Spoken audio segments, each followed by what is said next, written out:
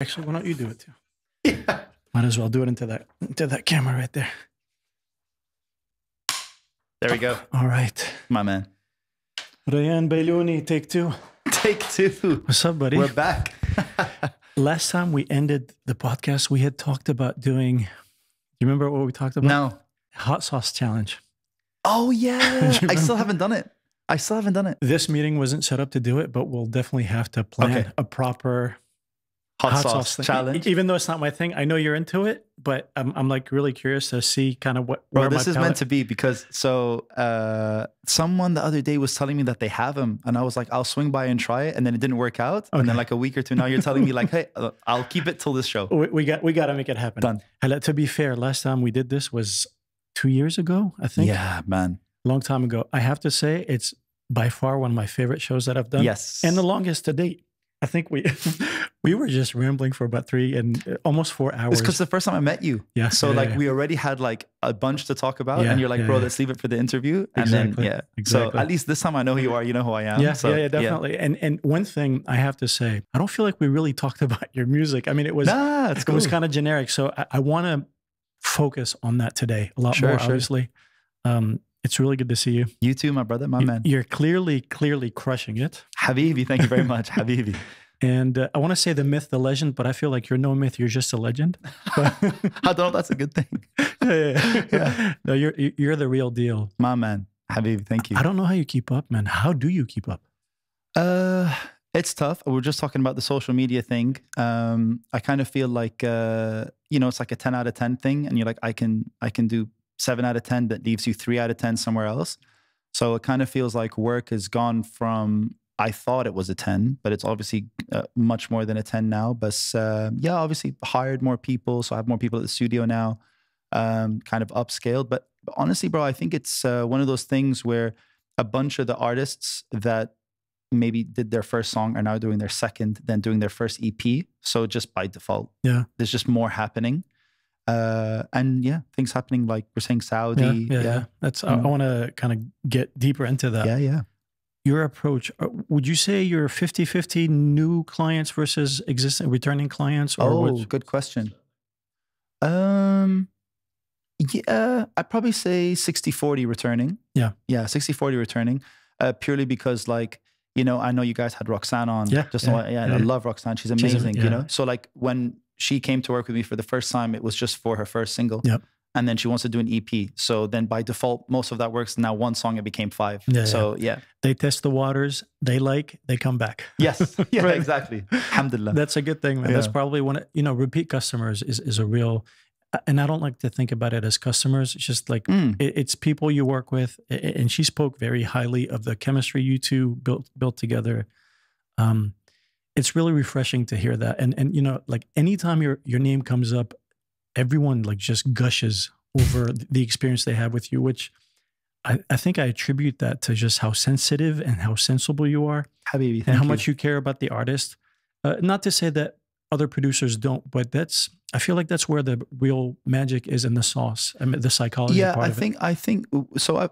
It's even something like me and Roxanne spoke about. Obviously, even people like Leia, Anthony, like these convos come up. And it's always in like a moment where like someone goes like, can you? And I'm like, yep. And they're like, man, just the fact that you understood and I didn't have to say it. And then people do, the noises like, oh, can you make it the wish sound like, and I'm like, yeah, I get you. So I think it all goes back to the fact that like, I think there's just a large amount of empathy that I have for them.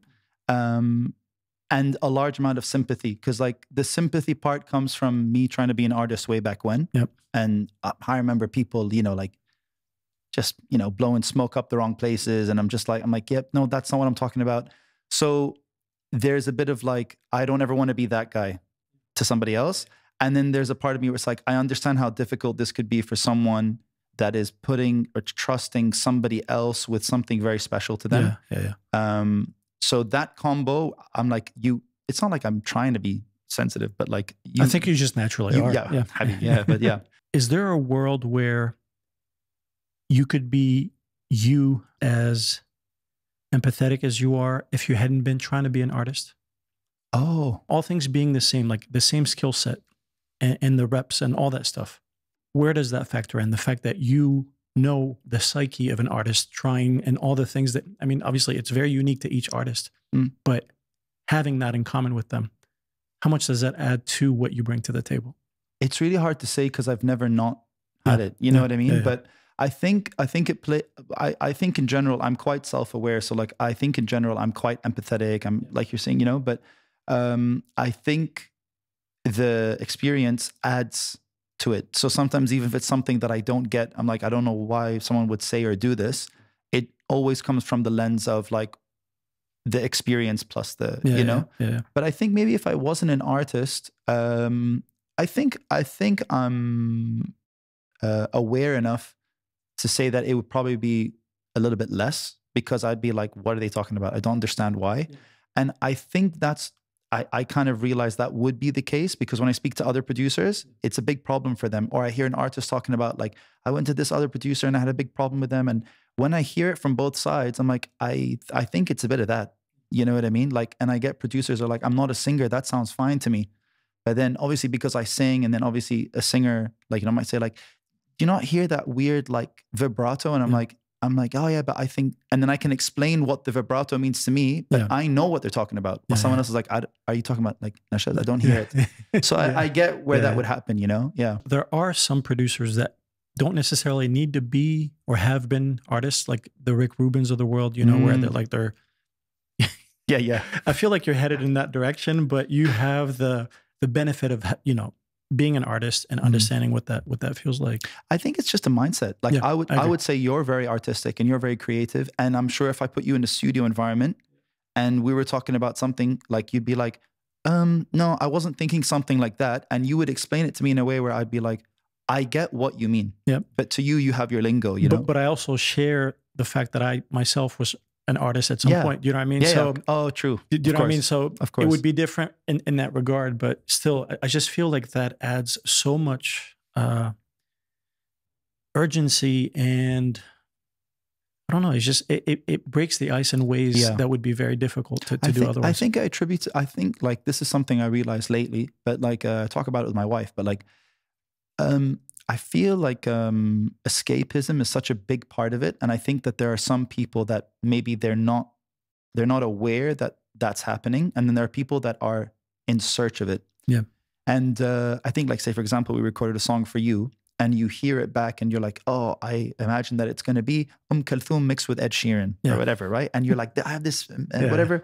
And then we get to a certain part, the song's not finished, but maybe a moment in the session where I play that something back that you've recorded and you're like, oh my God, that's what I had in mind. Suddenly you are not Zan anymore. You're that thing that you're hearing back. Like, it's real. Yeah. So that there's a sense of escapism there, or like this outer body thing you're having with the song. And I think that's the most special thing to any artist. So whether it's A, B, C, D, or E person, I always want to protect that they're having those moments, rather than it sounds like I recorded a song. Yeah. They almost don't believe that it's them. Yeah. And I think if you can make that happen for them. That's the best feeling, I think. Yeah. Yeah. How cognizant are you of the situations where someone wants to work with you for the, I don't want to say the celebrity, but there's a status that you've established by now where it's like working with Bailouni is a privilege. It's, you know, has that come up? Do you address it a certain way? Yeah. How do you?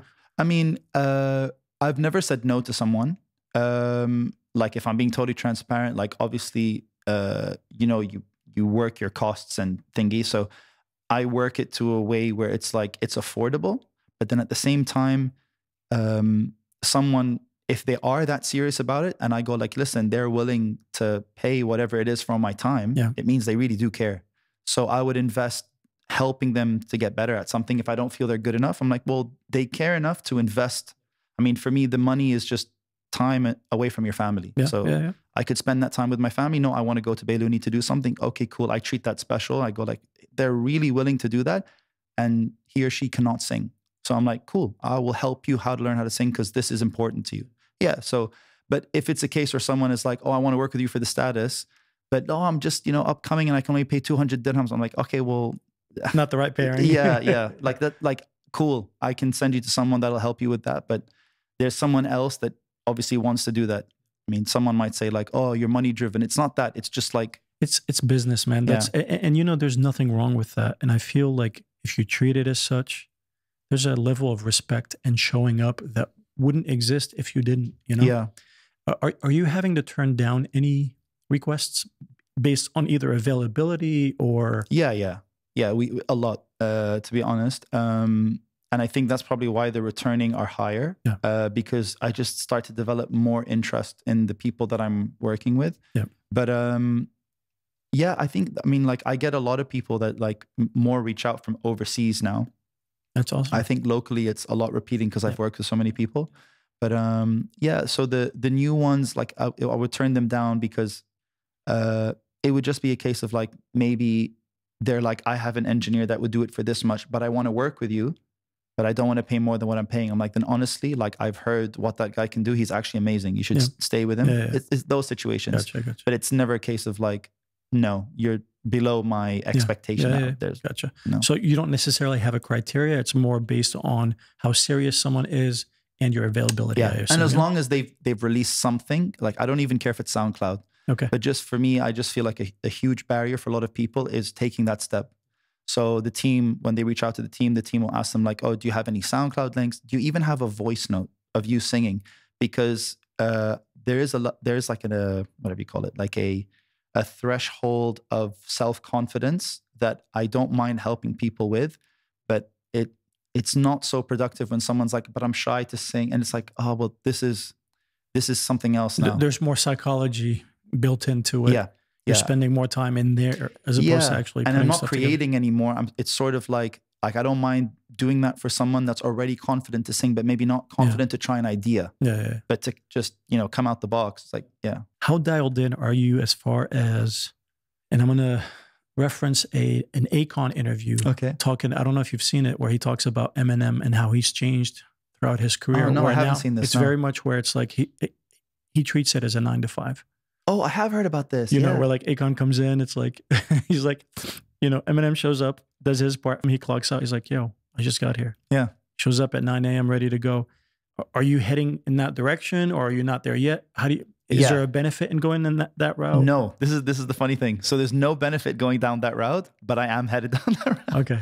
Because obviously I'm married. That's why I ask, because you can't spread yourself too thin. And no, I'm sensing from how this is shaping up that you're more deliberate about the things you say yes to, the things you say no to, and how you spend your time. Yeah, I'm like, music aside, I think anyone that knows me long enough will tell you like, what's the one thing that Bailouni's always wanted to be, and I've always wanted to be a father, and have a family. So, my man, I love that. So, so I always told myself, what would that look like?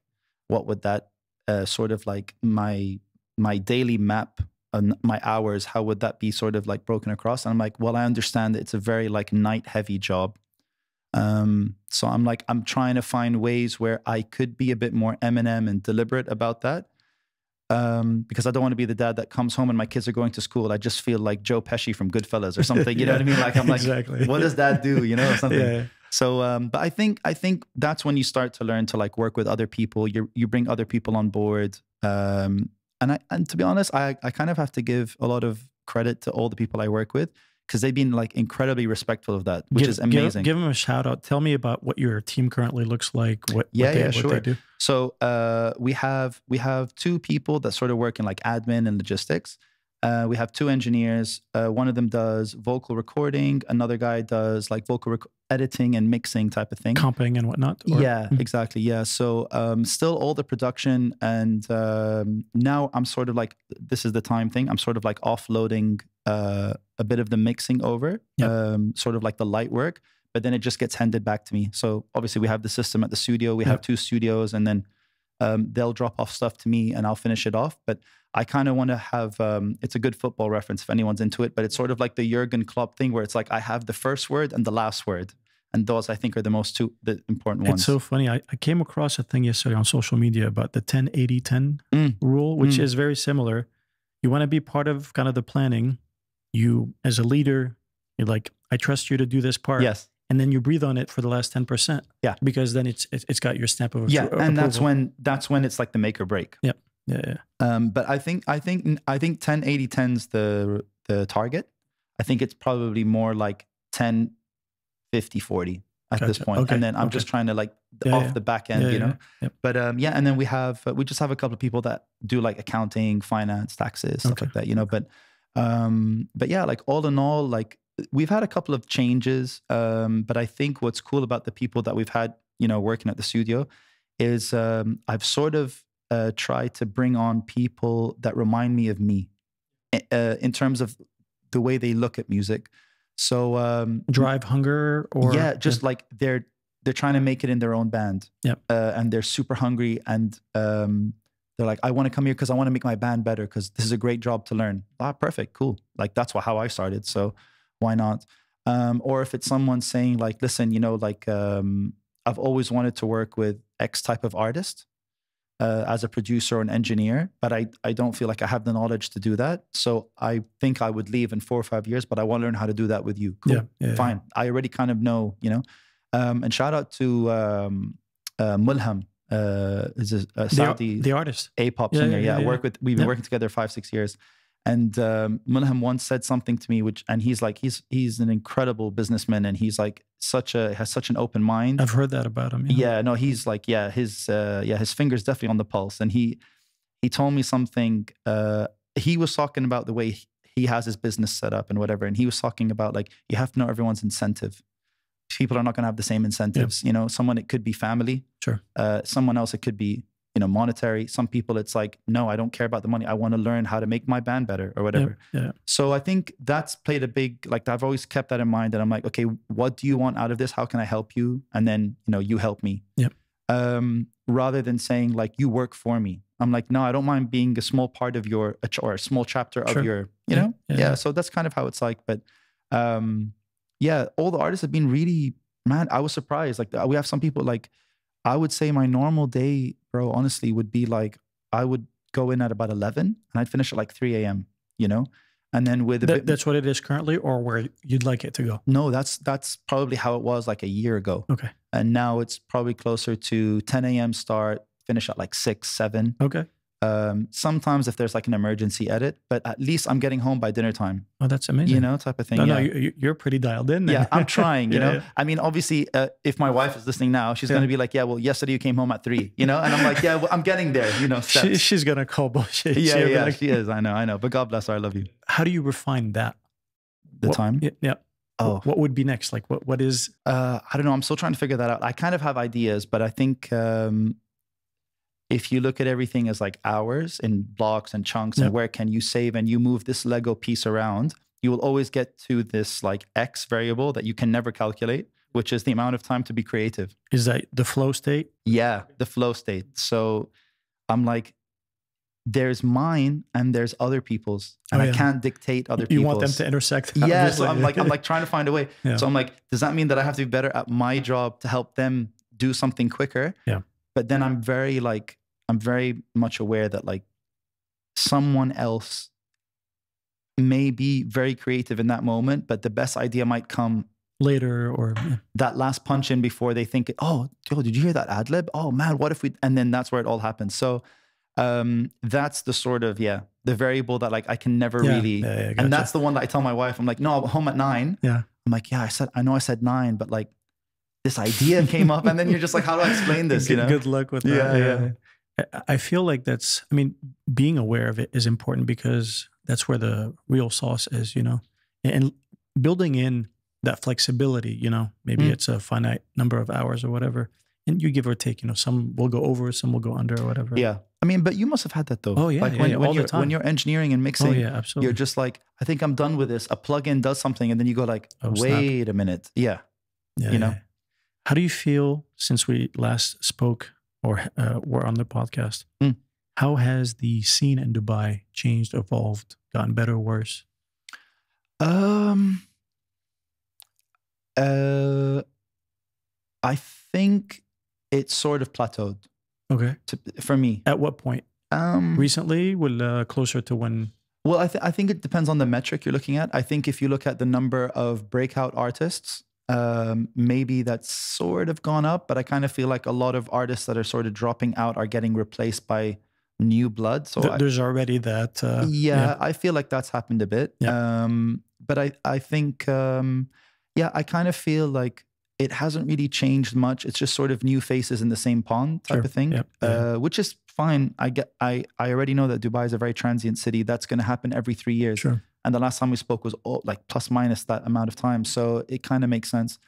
But I think what's more interesting is, and I can't really comment on this with like certainty, but the way I kind of look at it is there's people that talk about Dubai to me when I'm out of Dubai, and the people that talk to me about Dubai when in Dubai or UAE. I shouldn't be saying that, but in the UAE. And I feel like the lens that people see the UAE scene in from abroad, how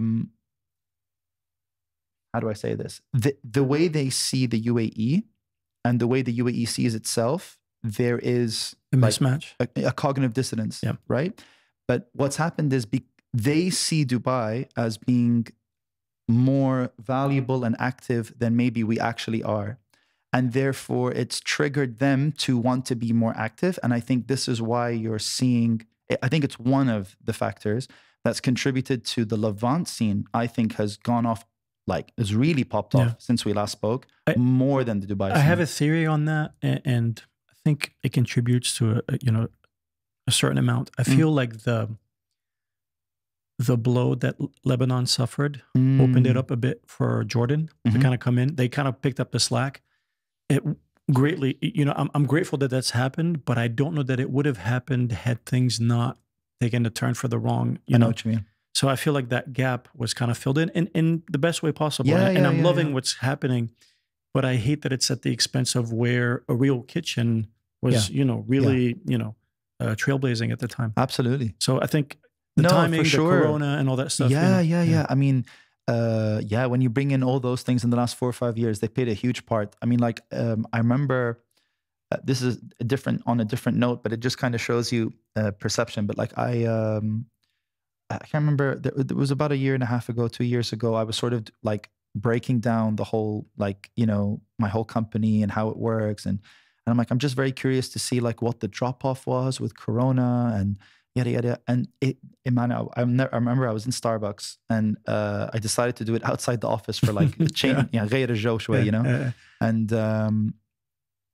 Corona was my best year. And I was like, that doesn't make sense to me. It didn't feel like that. Yeah. But then when you look at it, I think even that, where I start looking back at like the sort of, like the briefs of what people needed at that time.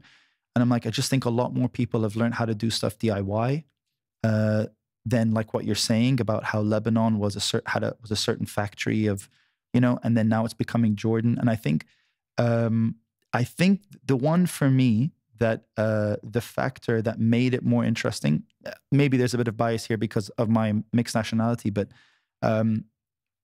Jordan seems to be starting a wave of mixing English with Arabic. Yes. Where it was a lot more taboo the last time we spoke. Absolutely. And when I came here the first time in 2013, I was kind of hoping to spearhead that effort, but it was way too early. We spoke about this off air. It was way too early. It's finally turning that corner. Yeah. Now, I don't know how big of a turn it is, but we're now saying, okay, there's a lag between the brain giving the order and the body saying, okay, roger that. Yeah, exactly. Acknowledge. It's like halfway there. Exactly. Yeah. So the order's been given a while ago. We don't know if we're actually going to pull the wheel. So no, I think we have, but I don't know how far into it. But that's good progress. I'll take that over, being in a standstill. Yeah. Which is great. It's just that from a demographic standpoint, unfortunately, third culture kids, or yes, that's growing, but it's still by and large a minority. Yeah. And not enough to provide the space for an artist to do artistry full time. You know what I mean? Like, and plus, I think one of the hardest things we have to solve for here is the multitude of dialects. In the absence of a Saad Mjarrad or someone that's kind of made it to that level, it can blow up. But for it to then go beyond the locale that it does that in, it's a really, really hard thing to solve for. I mean, Saad Mujarrad is like a great like sort of example, because like even in like North Africa, you have French, English, and Oh yeah, yeah. and in Dubai, you have Hindi, English, Arabic, Yeah. Farsi, you know, and then Recently Russian. Russian, yeah, and now even Chinese. Like, Yes. who was I with? I think I was with Hamza Housawi. Yeah. And we were in Dubai Mall, and he's like, man, there's a lot of Chinese on the directions. He's like, that must mean there's a lot of Chinese going on, you know? I think, I think the English incorporation thing, this is so like, I don't know, weirdly hypocritical of me to say, but like, I am from mixed nationality. Yep. I listen to English music more than I do Arabic, even though I love Arabic music. But lyrically, I'm gonna connect with English a lot stronger than Arabic because I understand it better. But there's a part of me, shouldn't be saying this, but it's like sometimes the mix is cringe. Do you know what I mean? Oh, sometimes the mix is cringe. Sure. And I'm like, is it cringe because I'm looking at it from an Arabic lens? Or am I looking at it from an English lens? You know what it is? Again, because I tried to solve for that myself. Like for the longest time. So you also feel it? 100%, man. Okay. Let me tell you, like living abroad for a huge chunk of my life. I mean, 10 years in France, almost 30 years in the US. You know, I was chasing the Western, Justin Timberlake, solo singer-songwriter path.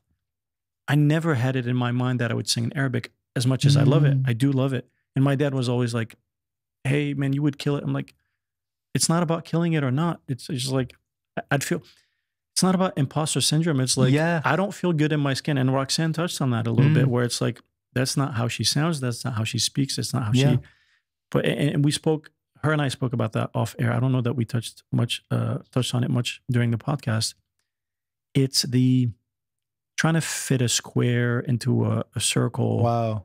Lyrically, you know, and look, the scales, you know, the minor and the major and the hawa and the ajam, those exist. If you're going to do the blend, you're most likely spending 90% of your time on those two scales, right? You might, you know, alter the modes a little bit, you know, for flavor. So I feel like musically, production-wise, you know, with the advent of the Bailounis and the Sleiman, shout out Sleiman. Definitely, he's killing it as well.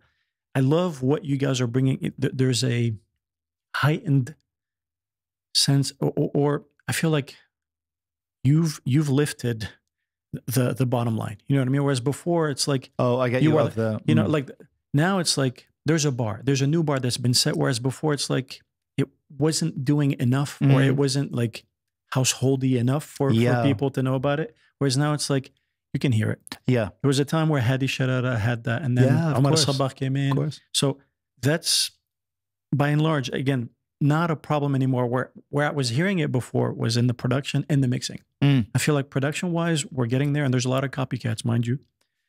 Mix-wise, we're still not there. Yeah, you know, on the whole. So once you solve for that, then it's okay. How do you localize? And you know, to kind of backtrack a little bit, Saad Mujarrad, or what's happening in North Africa, which I'm a huge fan of. They found a way to localize it. It sounds every bit as good as what's happening in the West, but it's super local. We haven't localized it enough yet. You know what I mean? There's a lot of trial and error. And a lot of that, in my opinion, again, this is purely based on opinion. It sounds forced. You know, lyrically speaking, musically, you know, we're coming up with a lot of great things. I agree with that. I agree with that. It's just like, how do you, you know, the way, you know, vowels sound, you know, whether you're ending on a vowel and the consonants, just the pattern, the phrasing, you know. For instance, do you know who Nasri Atway is from Magic? No. Rude, why you gotta be so rude? Of course. That guy is originally from Palestine or somewhere in that. He's got some of the best phrasing. I feel like there's people that get phrasing so well. It would take someone, like I feel like we have amazing lyricists, we have amazing composers, musicians, and now producers, mix engineers, question mark. What we don't have are people, it's like a hybrid producer A&R, where it's like taking the right word and phrasing it in a way that doesn't feel too, it needs to feel lighter than it currently is, you know? Yes. We're trying to fit too many words and syllables into, you know? Yeah, it's true. Like maybe like, I don't know who I was with, but there was a similar situation where like, this is just, and I don't know how to explain this. You'll know what I mean because you lived abroad. But like when someone breaks up like I'm trying to think of a word now, and obviously because I'm on air, I'm not going to remember anything.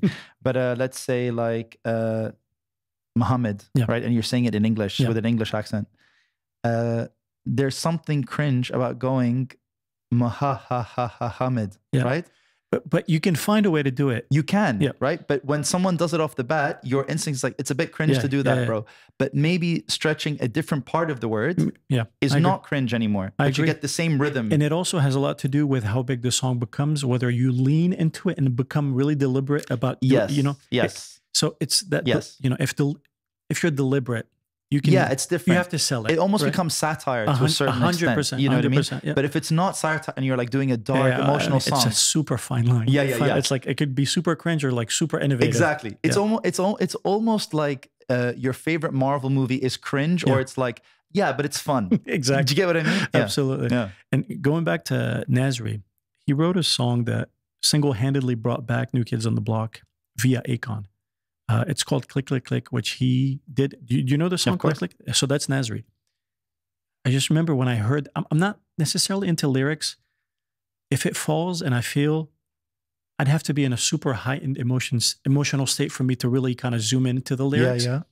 But there was something about that lyric. So the lyric is, I am patiently awaiting for you to get dressed, girl. But the way he broke it up is like, I am patiently awaiting for you to get dressed.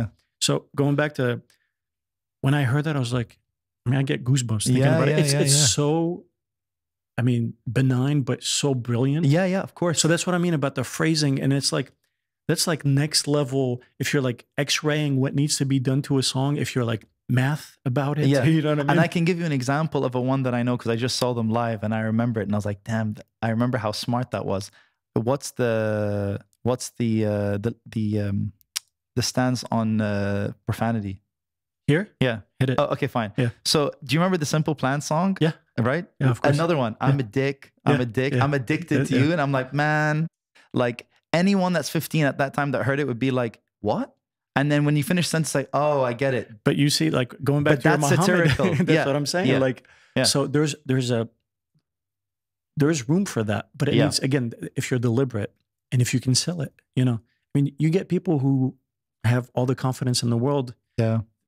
They can walk it. You know yeah. So if you can walk it into a song or, you know, make it happen, it's just like, I don't know, you can will it into existence. You can, you know, and again, if you've got the harmony, the chemistry between the producer and the artist, and it just for sure. So there's room. Yeah, I think I think you've made a lot of really cool points there. Like I think so like it's interesting because obviously we have the people that join the studio and a lot of them are like, it's not a space where I can explain this fusion that's happening because we're sort of like witnessing it live. Yeah. So there is a different approach you take to mixing even with that because everyone knows like in, you know, Al-Arabi, it's like strings. Oh, Allah, strings. You have to, yeah. But obviously in like Western music, it's not like strings are like, ooh, everyone's like, bro, the 808 or the kick, you know? So understanding that has to be highlighted while this has to be highlighted in the same song. Suddenly you go like, well, there's also the vocals. And then someone's like, oh, but the harmonies, man. You've messed with all the middle frequencies. Yeah. So you're boxed in this frequency zone and you're like, I have to get all of this across. Yeah. It's when you have to start technically being creative with it. But to explain that to someone, you kind of have to show them the ropes of how all the different things work. Yeah. And I feel like that's maybe part of the reason that you get a lot of, I mean, I think it's two reasons, but this is one of them, especially in this, like what's happening in the region. I think that's become a big part of it. And I think that's why you'll hear like maybe someone like Saint Levant and he'll have like a killer track. But when you take him off the track, you're like, maybe it's not so Arabi, but it's maybe more English. And you look at who mixed it and you're like, oh yeah, that's why it sounds really good. And vice versa, you know? But like, I don't think people technically from the mixing point of view know how to navigate the fusion of that. When you switch on an Arabic TV channel, if you forget the language, I know from the sound, it's an Arabic TV channel. Yeah. Because I'm like, it sounds very boxy. It's the intonation, the melody of, you know, it's got even that if inherent. it's an interview, like even a podcast, like when I hear yours, it doesn't sound Arabic. I know it sounds stupid to people, but I'm like, that podcast doesn't sound Arabic. You have to be so dialed in but some people have that sensitivity. You know, you have to be dialed in to be able to differentiate. Yes, what you're talking about. But you, for sure, you do. Yeah. So like you'll hear it and you're like, I know what's going on there. But so I think it's going to take time for the product, if that makes sense, or the sound to develop itself, where people go like, I know the rules of trap. And I know the rules of this. And I think the rules are changing until we find something that's acceptable. I'm waiting for the, you know, you have to learn the rules before you break them. Yeah. People are still in the absorbing of the rules and making it fit something that isn't native to the thing that you're trying to make work. Yeah. To reference Dave Pensado, one of his Pensadoisms, you know, he always talked about the 808s and like, I don't know if you know the history. The 808 was like a major flop in terms of what the task was, that like make a drum sound. Okay. You know, and it's like, to Dave, it's like, I know, right? It's great, right? It doesn't sound like anything else. Like, back to the string example, why don't you make the bass do a string part or vice versa? Yes. We're not experimental enough yet. We're too boxed in still. It takes someone like you, Sleiman, and hopefully a new generation of people who are saying, okay, this is what, you know, mind you, historically, what we perceive as good sounding hasn't changed, will not change that much, but there's room on the edges. To like, you know, it's like, okay, this is the wall.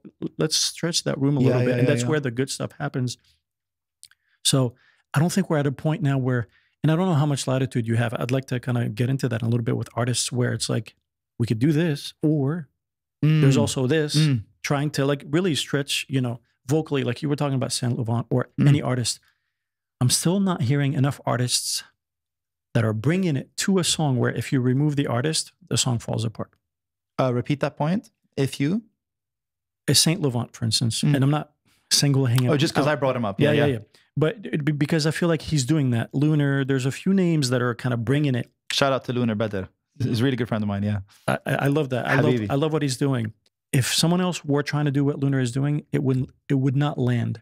Therefore, it's Lunar that's bringing his thing. You know, if Little Kim does a verse, if Cardi B does a verse, or Nicki Minaj, I mean, arguably you could say it's that similar genre, but you're going to get three substantially different results. Yeah. I get what you're saying. There's how much does the personality of the person play in the... Our artists here in this part of the world don't have enough of a thumb or an identity. You know what I mean? Yeah. It's like, it's very interchangeable. And I don't necessarily mean that as a knock, but if you take it as a knock, do something about it. Yeah, you know no, for I mean? sure. Like, No, for sure. I think, because I think the thing you've touched on here, and I think Lunar's an amazing example of this, Saint Laurent too, but because I know obviously Lunar behind the scenes as well, so I can see the sort of like, there's something to compare it to. But like for sure, I think even Lunar would tell you like his sort of mission is to get across how he sees the world in his music. Yep. And I think you kind of look at like Christopher Nolan with film, and it's the same type of thing where you have like Nolanism and whatever, you know, but or Pensadoism. About Nolan, I kind of want to touch on something in a little bit, but finish your point. Yeah, so basically it's like I think that is the art. You know what I mean? Sure. And I think what you're saying is true, because you're like, some people are sort of being chefs and some people are being artists. Some people are like, I'm going to put this together and make a salad. And someone's like, oh, I see what you've done, but there's no I don't know what the word for this is. There's no like amalgamation, or there isn't something where I can't find the start of one and the end of the other, and it feels like normal. For sure. Like, you know, but I think like I think Lunar grew into it as well. I think like when he started, I remember him even talking to me about like him trying to put more Arabic into stuff and doing things. It wasn't that it was a struggle for him, because we would come up with ideas together, or he's like, what do you think about this? And obviously, you know, he's like us in the sense of like, he has a very like Western, he's very Western oriented, and he's like, it feels cringe, you know, but sometimes you can't explain it while it's happening. But yeah, so you're going to say about Nolan? Other than Nolan, I'd like to close the loop on the Pensadoism that I was talking about, in that the person that was tasked to come up with the 808 sound is like, make a drum sound. And it sounded like nothing like a drum sound. And to Dave, it's like, I know I have all the drums, you know, I have the live stuff. Give me something I don't already have. And he, you know, he's big on doing with a you know, play the piano like you would play the guitar and vice versa. So it's all about the experimentation side of it. So that's Dave. On Lunar, I feel like he has an edge in that I'm not super familiar with any Arab attempts that he's made to, you know, sprinkle in the Arabic, so that makes it a little easier for him. But still, in that, he's doing something Western. He's deliberate. Again, we go back to how deliberate he is, and I love how proactive he is on social media and how he's really reverse engineered it. And he's like, "What would you get if you were to mix?" That was brilliant. Yeah, it was brilliant. I love it. We need more blueprints, and he's starting to form his own, which I love. I feel like Saint Laurent is doing that. I feel like Zayn is doing that. There's a few artists. Yes, for sure. Roxanne in her own right. Roxanne.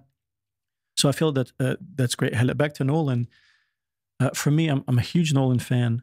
Did you watch Oppenheimer? I did. Yeah. What did you think? I loved it. I loved it. Mind you, I had broken up with Nolan for the past few movies. But I feel like we're both. Which movie did you break up with him from? So after Inception, was Interstellar. Love the soundtrack. I couldn't hear the dialogue. I'm a sound guy. I know so many people that work in Hollywood in sound. I mean, he got hammered. He really did. Him and Hans Zimmer got. And for him to, and mind you, Meyerson we've had on Pensado's Place, so I know the kitchen, right? It's not a lack of technical ability. I feel like he forced his Nolanism too much into it, where it's like, I think he lost touch a little bit. Mind you, he's a brainiac. He's brilliant. But I feel like, and then Tenet, I felt that a little bit. Dunkirk didn't land with me, even though, I respect Quentin Tarantino's opinion. And he said he had to rewatch it once or twice to say that it ranks among the, some of his favorites. It didn't do that for me necessarily. I mean, have you seen it more than once? No, I haven't. Okay. To be fair, but I'd like to again. Visually, he's next level because I'm a sound first kind of person. Maybe not first, but sound. You cannot. Yeah. Of course. Let's skimp on on sound. So something happened. He took a wrong turn with Interstellar, both in the storytelling. I'm a huge fan of Matthew McConaughey, and the cast was brilliantly cast. But I feel like, if we're, not to burn it for anyone, at some point I feel like, okay, where do we take this thing? And for Anne Hathaway to say, oh, it's about love, and love is, it just felt. Love is the, what is it, fifth dimension? Or it's like, concept great, but the execution towards the end felt, it didn't land for me. And mind you, I was like super annoyed. And when something flatlines and it's like anything, because you completely set you off, that happened early on. From the audio from me. Oh, so it was like I was set up to not like anything. I get you. Yeah, so it only made it worse when she says stuff like that. You know what I mean? But I think there's also something I want to add. The Anne Hathaway thing, because I'm a huge movie buff, but like the Anne Hathaway thing, albeit I think she's great. I know that she's a great actress. Personally, I don't find her very believable. You know what I mean? Honestly, and it doesn't mean she's a bad actress. It's just a personal thing. But I felt like that's probably one of her best performances, in my opinion. Yeah. But there was a lot of shade thrown at Nolan at that time for not writing strong female characters. Yeah. And for for anyone who's seen it or not seen it, it's not really a spoiler, but like for her to go say like, I want to go to this planet because, and then it turns out like, made her like as if like she's got daddy issues and she's like, heartbroken and you're like, I kind of get that mixed with the audio, mixed with the whatever. I have to say though, I had the almost exact same opinion as you the first time I watched Interstellar. I watched it again 6 months ago, and it hit me different. I don't know why. Maybe it's because I was expecting that the sound wasn't going to be very, you know what I mean? I watched it again, and because I know what I'm getting myself into, I feel like I heard the music in a new way. You saw past it. I saw past it, and look, let's take the mixing away from it or the levels. The composition is brilliant. Oh man, I mean, it's one of the most like viral compositions now on TikTok. So I hate that I bash on the movie because it's like, obviously it's one entity, but for me it's like, unfortunately, suspending disbelief didn't happen there. Where it's like music took me there, but the visuals and several things kind of, it didn't all click for me to, Yeah. I mean, I don't know if it was like a creative, I mean, I agree with you. I don't know if it was a creative choice where he defended it. That's the part where it's like, no, it was intentional. It's like, if it is, then it took him to a place where it's like, I know more than the audience. And that's something I learned the hard way. It's normal. I don't think he suffers of ego necessarily. No. But, he doesn't strike me as that type of person. Me neither, but it's like, okay, you make that mistake, you're like, okay, maybe there's a point, maybe I missed the mark or whatever. But then to go and repeat it again and again says that there's a disconnect. I feel like he kind of, have you heard the term jump the shark? No. So I don't know what the reference is, but like all seasons will jump the shark. I think it's a reference to a season, a show that used to do well, and it just took a nosedive after they did that. Right. So when a show, you know, jumps the shark, it's like, you know, they've exhausted everything else. And it's like, it's no longer, you know, a turning point, so to speak. You feel he jumped the shark with. So he jumped the shark, and I feel with Oppenheimer, it was redemption in a way where it's like, this is classic Nolan perfection. You know? I feel, I would say like with Interstellar, because it did throw me off a bit, but I was like, I don't know. It's like, it hadn't happened before. Yeah. So it was forgivable sure. in a weird way. Yeah. But it was when Dunkirk and Tenet, that for me, no, really Tenet was, it's so funny. I was tried watching that yesterday. I saw it 3 times and I wanted to force myself to like get it. I couldn't. I can't. And every time and one of the engineers at our studio, Ahmed, he adores Tenet. He adores Tenet. And I was like, dude, I just don't get it. Like I get it, but I don't get like, I have no emotional connection to the story that's taking place. And you know, every time I watch that movie, dude, it takes me 3 days because I watch 1 hour, 45 minutes. I have to continue it the next day. It's just exhausting. It's dense, man. It's really dense. And I feel like, I mean, there were brilliant concepts brought forth and the execution, I just felt like he lost something to me as an opinion. You're a singular opinion. I'm a singular, we're not claiming to be right. It's very subjective. For sure. But, so for me, the breakup happened after Inception being so good. Yeah.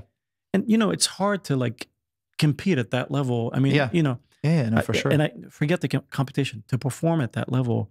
So those 3 kind of left me underwhelmed. Yeah, longing for more. And honestly, I'd gotten to the point where I'm like, do I even want to see Oppenheimer? Really? Yeah, because another thing I don't necessarily love about Chris is he repeats his cast a little more than I'd like. Than usual. It felt weird not seeing Michael Caine. Yeah, I'm like, where is he? He's going to make a cameo. You know what I mean?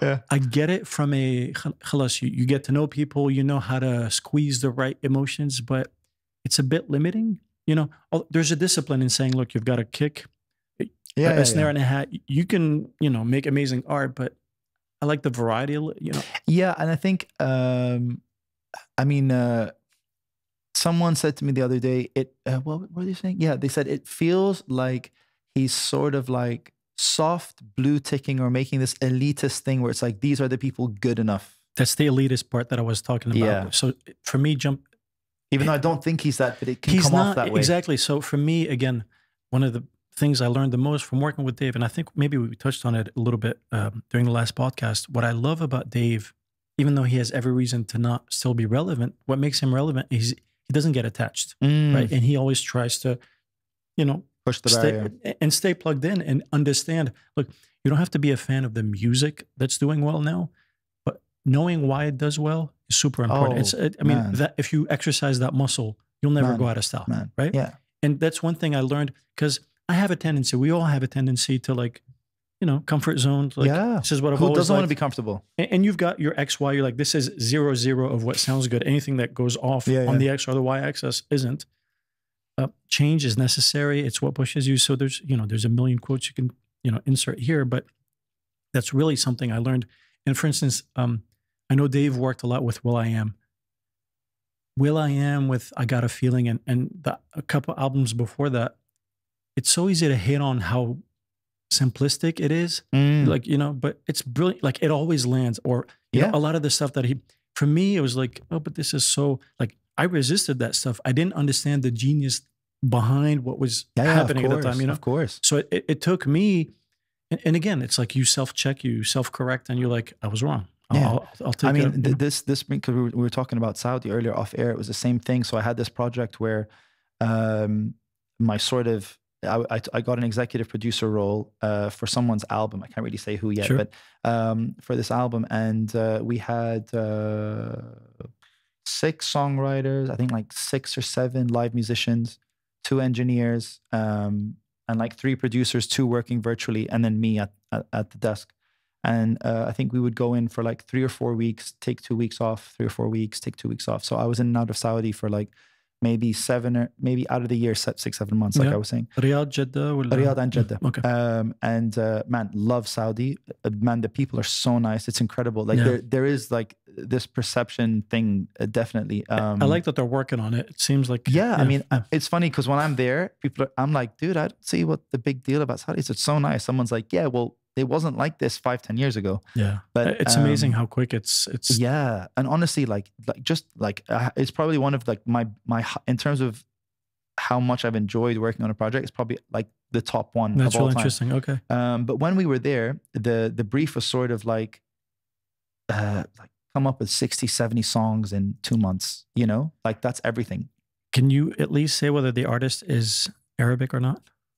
Yeah, well, they're based in Saudi. So based, but are they of Arab descent? Yes, yes. Okay. Yeah. So that already is a win to me. That discipline of going about it in that way. Yeah, for sure. Saying that, because I feel like a lot of people just, they record, they release. I'm like, don't release everything you record. No, you know, which so I agree. I love that approach. So the reason we got to 60, 70 is exactly this.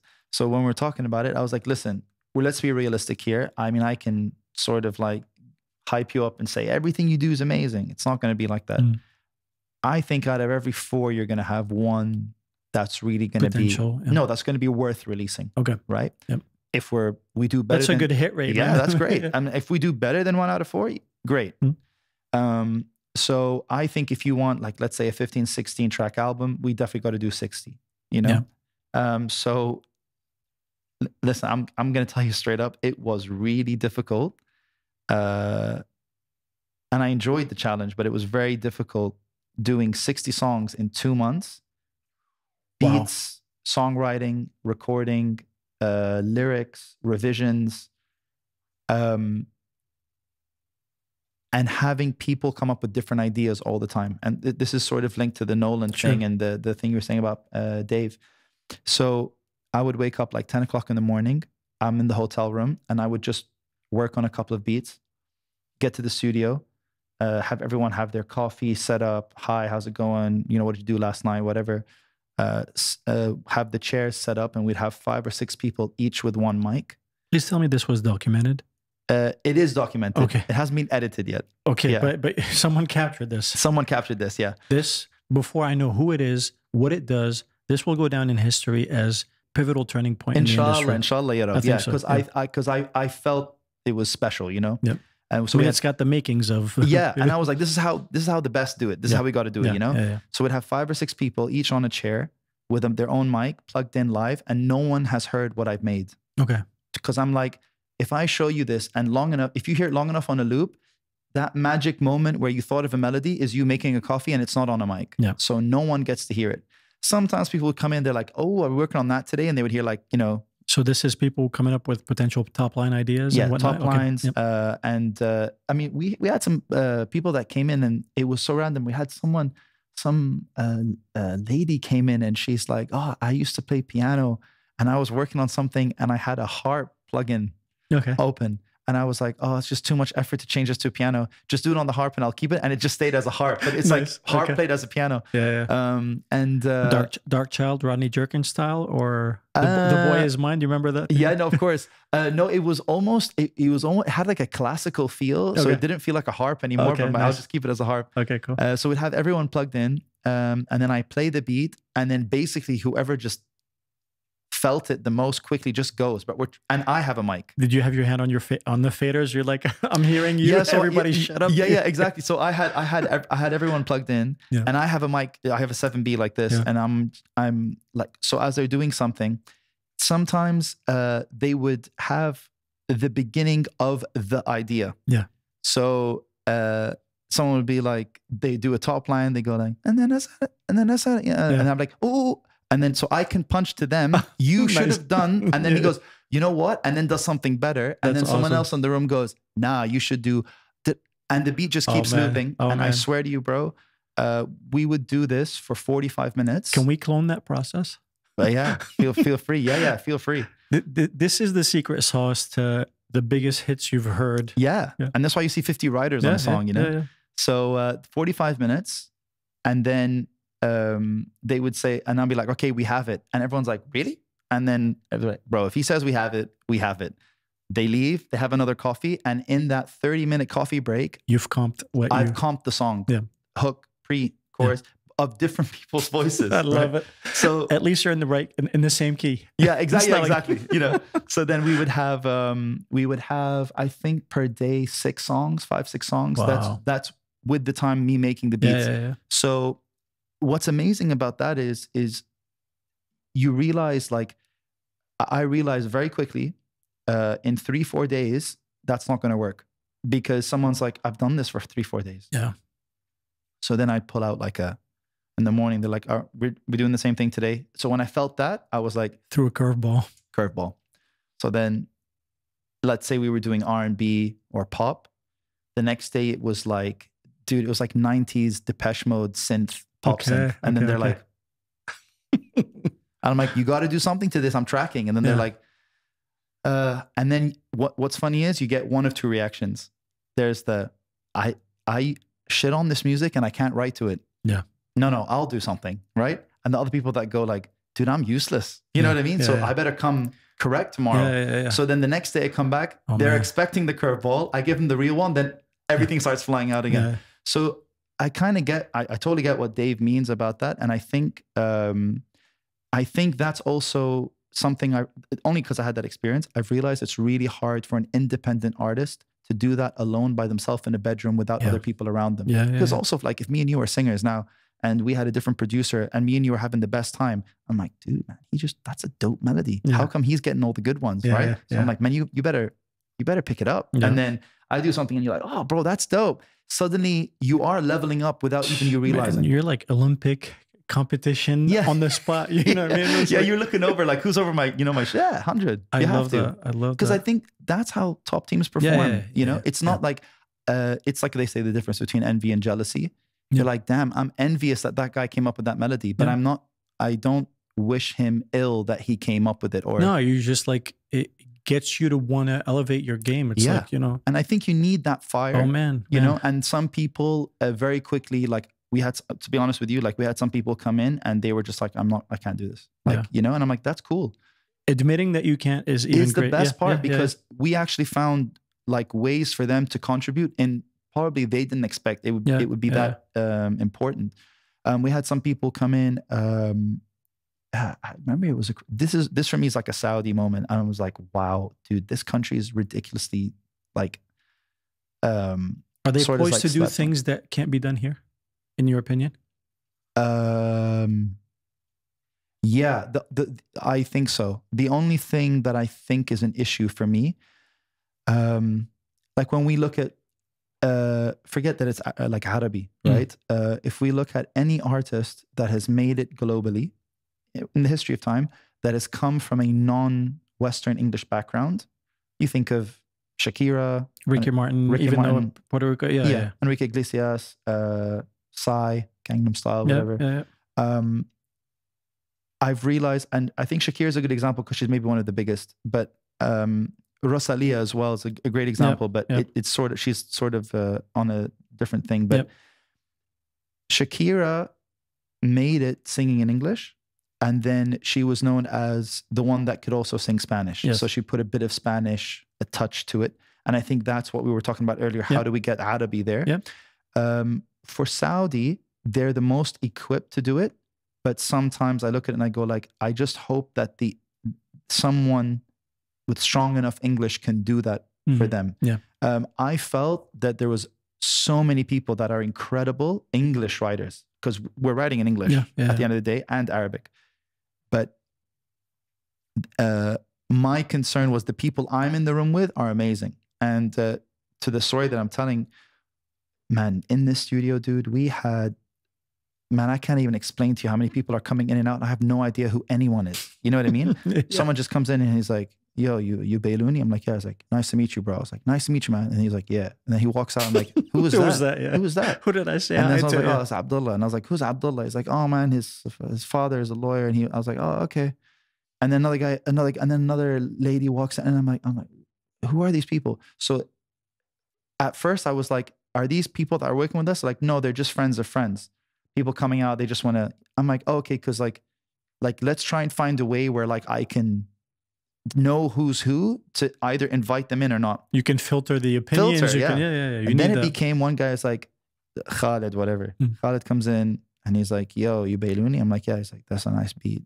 I was like, thank you, man. Then he's like, I'm really good at rap, you know? I was like, yeah, let's hear some. He's like, you got a J. Cole type beat? I was like, no, but I got this because that's what I'm working on. Yeah. He's like, all right. And then, bro, you're like, oh, wow, dude, really? Bro, what's your Insta? Yeah. 80 followers. Dude, what do you mean? And then we had another one where like, man, this woman came in. Dude, she's one of these, I don't know how to explain it. She never said a word, dude. She was looking around. I'm like, is she supposed to be here? Fly on the wall. Yeah. And she just walked in. And so I figured from the way she walked into, you know, the 5 chairs in the booth, I just figured she knew them. She just took a chair. She sat. Helped herself. Yeah.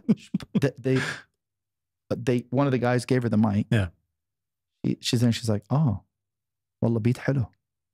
And I'm like, so I'm looking around like, does anyone know who this is? But we're tracking. I can't stop, you know? So then she just comes up. She's like, yeah. And she comes up with this melody. And I'm like, that's a keeper. Yeah. So I'm like, yo, we need to find out who this is. So in the scuffle of people rapping, I'm like, yo, I think we have it. And they left. I never saw her again. So I'm like, dude, how are we going to credit this person? Yeah. So I started asking everyone. They're like, we don't know who that was. I'm like, what do you mean you don't know who that was? Like, she wrote the hook. Someone must know, yeah. I don't know if she didn't care, but someone's got to know. Until now, we still don't know who that was. Wow. So I'm like, yo, dude, there's talent in Saudi.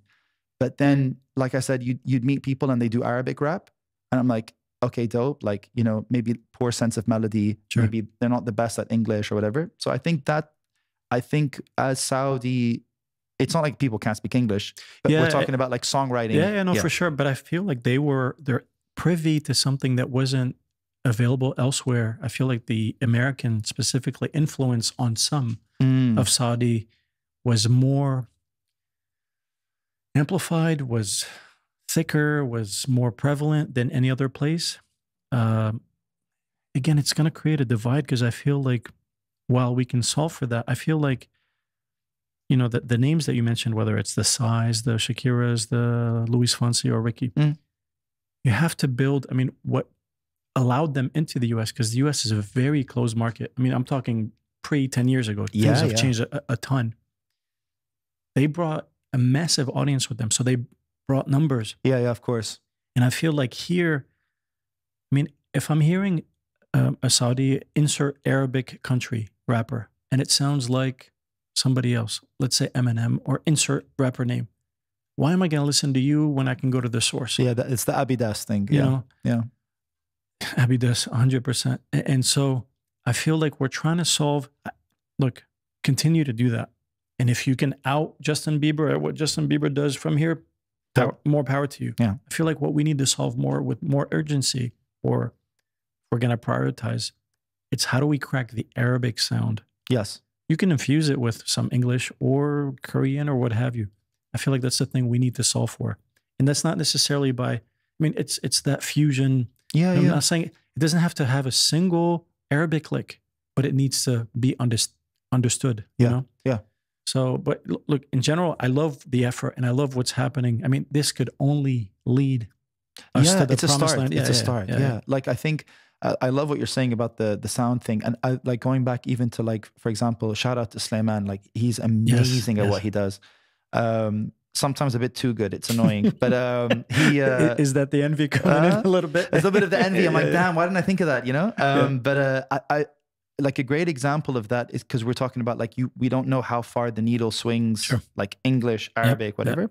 I feel like with Slayman, and I've never told him this, but like I feel like with Slayman, he's a great example of how it's like 60, 40, 70, 30 Arabic, and with mine it's vice versa. And I know that somewhere along the line, there is a 50, 55, whatever, 45 swing where that might end up being the sound. But it's so interesting because I'm sure he probably hears stuff that I do. And then he just goes like, why would you do that? You know what I mean? And I have stuff, I'm like, how did you do that? You know? So, so I think like, because one of the projects we worked on together was actually Anthony's Sleeping on Me, you know? So like started working on that. And then like, this is such a small thing. I've never told him this, but like, I hated that he thought of this and I didn't. We're working on the song, and shout out to Anthony, because Anthony's an amazing songwriter, dude. Yeah. He's so good, right? And he's one of the nicest people I know. So we're working on the song with Anthony, and he's like, he's like, bro, do you know Slayman? And I'd never met Slayman before that. I was like, no. He's like, oh, we met, whatever. He's like, is it okay if we send this to Slayman and he can sort of revamp it? Yeah. I'm like, we should try it. And he was telling me all the stuff he'd done. I'm like, for sure, dude. So when I heard the version before Anthony went to do final tracking, dude, I heard the such a small thing, but I heard the bed creak. And I'm like, nah, dude, why didn't I think of this? And when I heard that, I was like, dude, I haven't even heard the rest, but man, it's already 10 times better. That's the you had me at hello moment, right? You had me at hello moment, So then when Anthony tracked it and whatever, and I'm like, but you see that, for example, it's a production idea, but like adding the sound of like a bed squeak or whatever, like that's something that I think of, that creativity or whatever, if that's applied onto more Arabic music, that's where it becomes languageless. That's exactly what I'm trying to say. Those boundaries, even though they're small, like there's things that are really audacious that we're still not doing. Yeah. Roxanne, I think, is trying to do that. Yeah, for sure. Anthony, obviously, but I feel like more Arabs should do that, and we're playing it way too safe. Yeah. I think I may have mentioned Steve Duda on our last podcast, and he told me he was mixing the first album I finished, and I'm like, what do you think of it? And he, like, the hardest comment, he's like, it's safe. Like, oh. Yeah. We are way too safe. Yeah. And look, I'm not saying be different just for the sake of being different, but it's like being brave. Yes. It's brave. We lack that. And it's like, we want approval. We're people pleasers, which I understand. It's not easy to just say, that's all I've known, and I'm going to abandon that. Yeah. But that's where the good magic stuff is, you know? Yeah, it's so true. Like my wife, she's probably the best at this. And I told her, I was like, sometimes I wish you were an artist, because her level of like, yeah, but it's dope. Like it's very hard to argue with someone when like I'm like, that's their argument. Yeah, and it's amazing because I'm like, by the way, that like she'll whatever. Like say she's putting clothes together and she's like, what do you think of this? And I'm like, and then she's like, it's sick, by the way. And I'm like, I've never seen anyone wear this together before, whatever. And then she's like, exactly. So you see that audacity there? Yeah. That's what I meant with, again, to backtrack a little bit with the Saint Laurents. And bring something where it's like, this is me. The absence of it makes you feel like there's something missing. Yeah, exactly. I don't get that with like, I just don't get that. I'm not going to single out anyone. I just don't get it. No, of course. And like, this is something like, it's a slightly different topic, but like, obviously I'm still in the band with Coat of Arms and we're releasing music, and it's like heavy metal and whatever. And I'm trying to bring a lot of that, even like just expressing myself with the band. I'm just like, I don't like, it's not caring in a way, you know what I mean? It's like, it's not caring. Like, that's just me. And I would rather have someone have an opinion that's negative than no opinion at all, you know? Yeah. And I think it does reach a point where you're like, if I remove the person from the art, is it still the art? Yeah.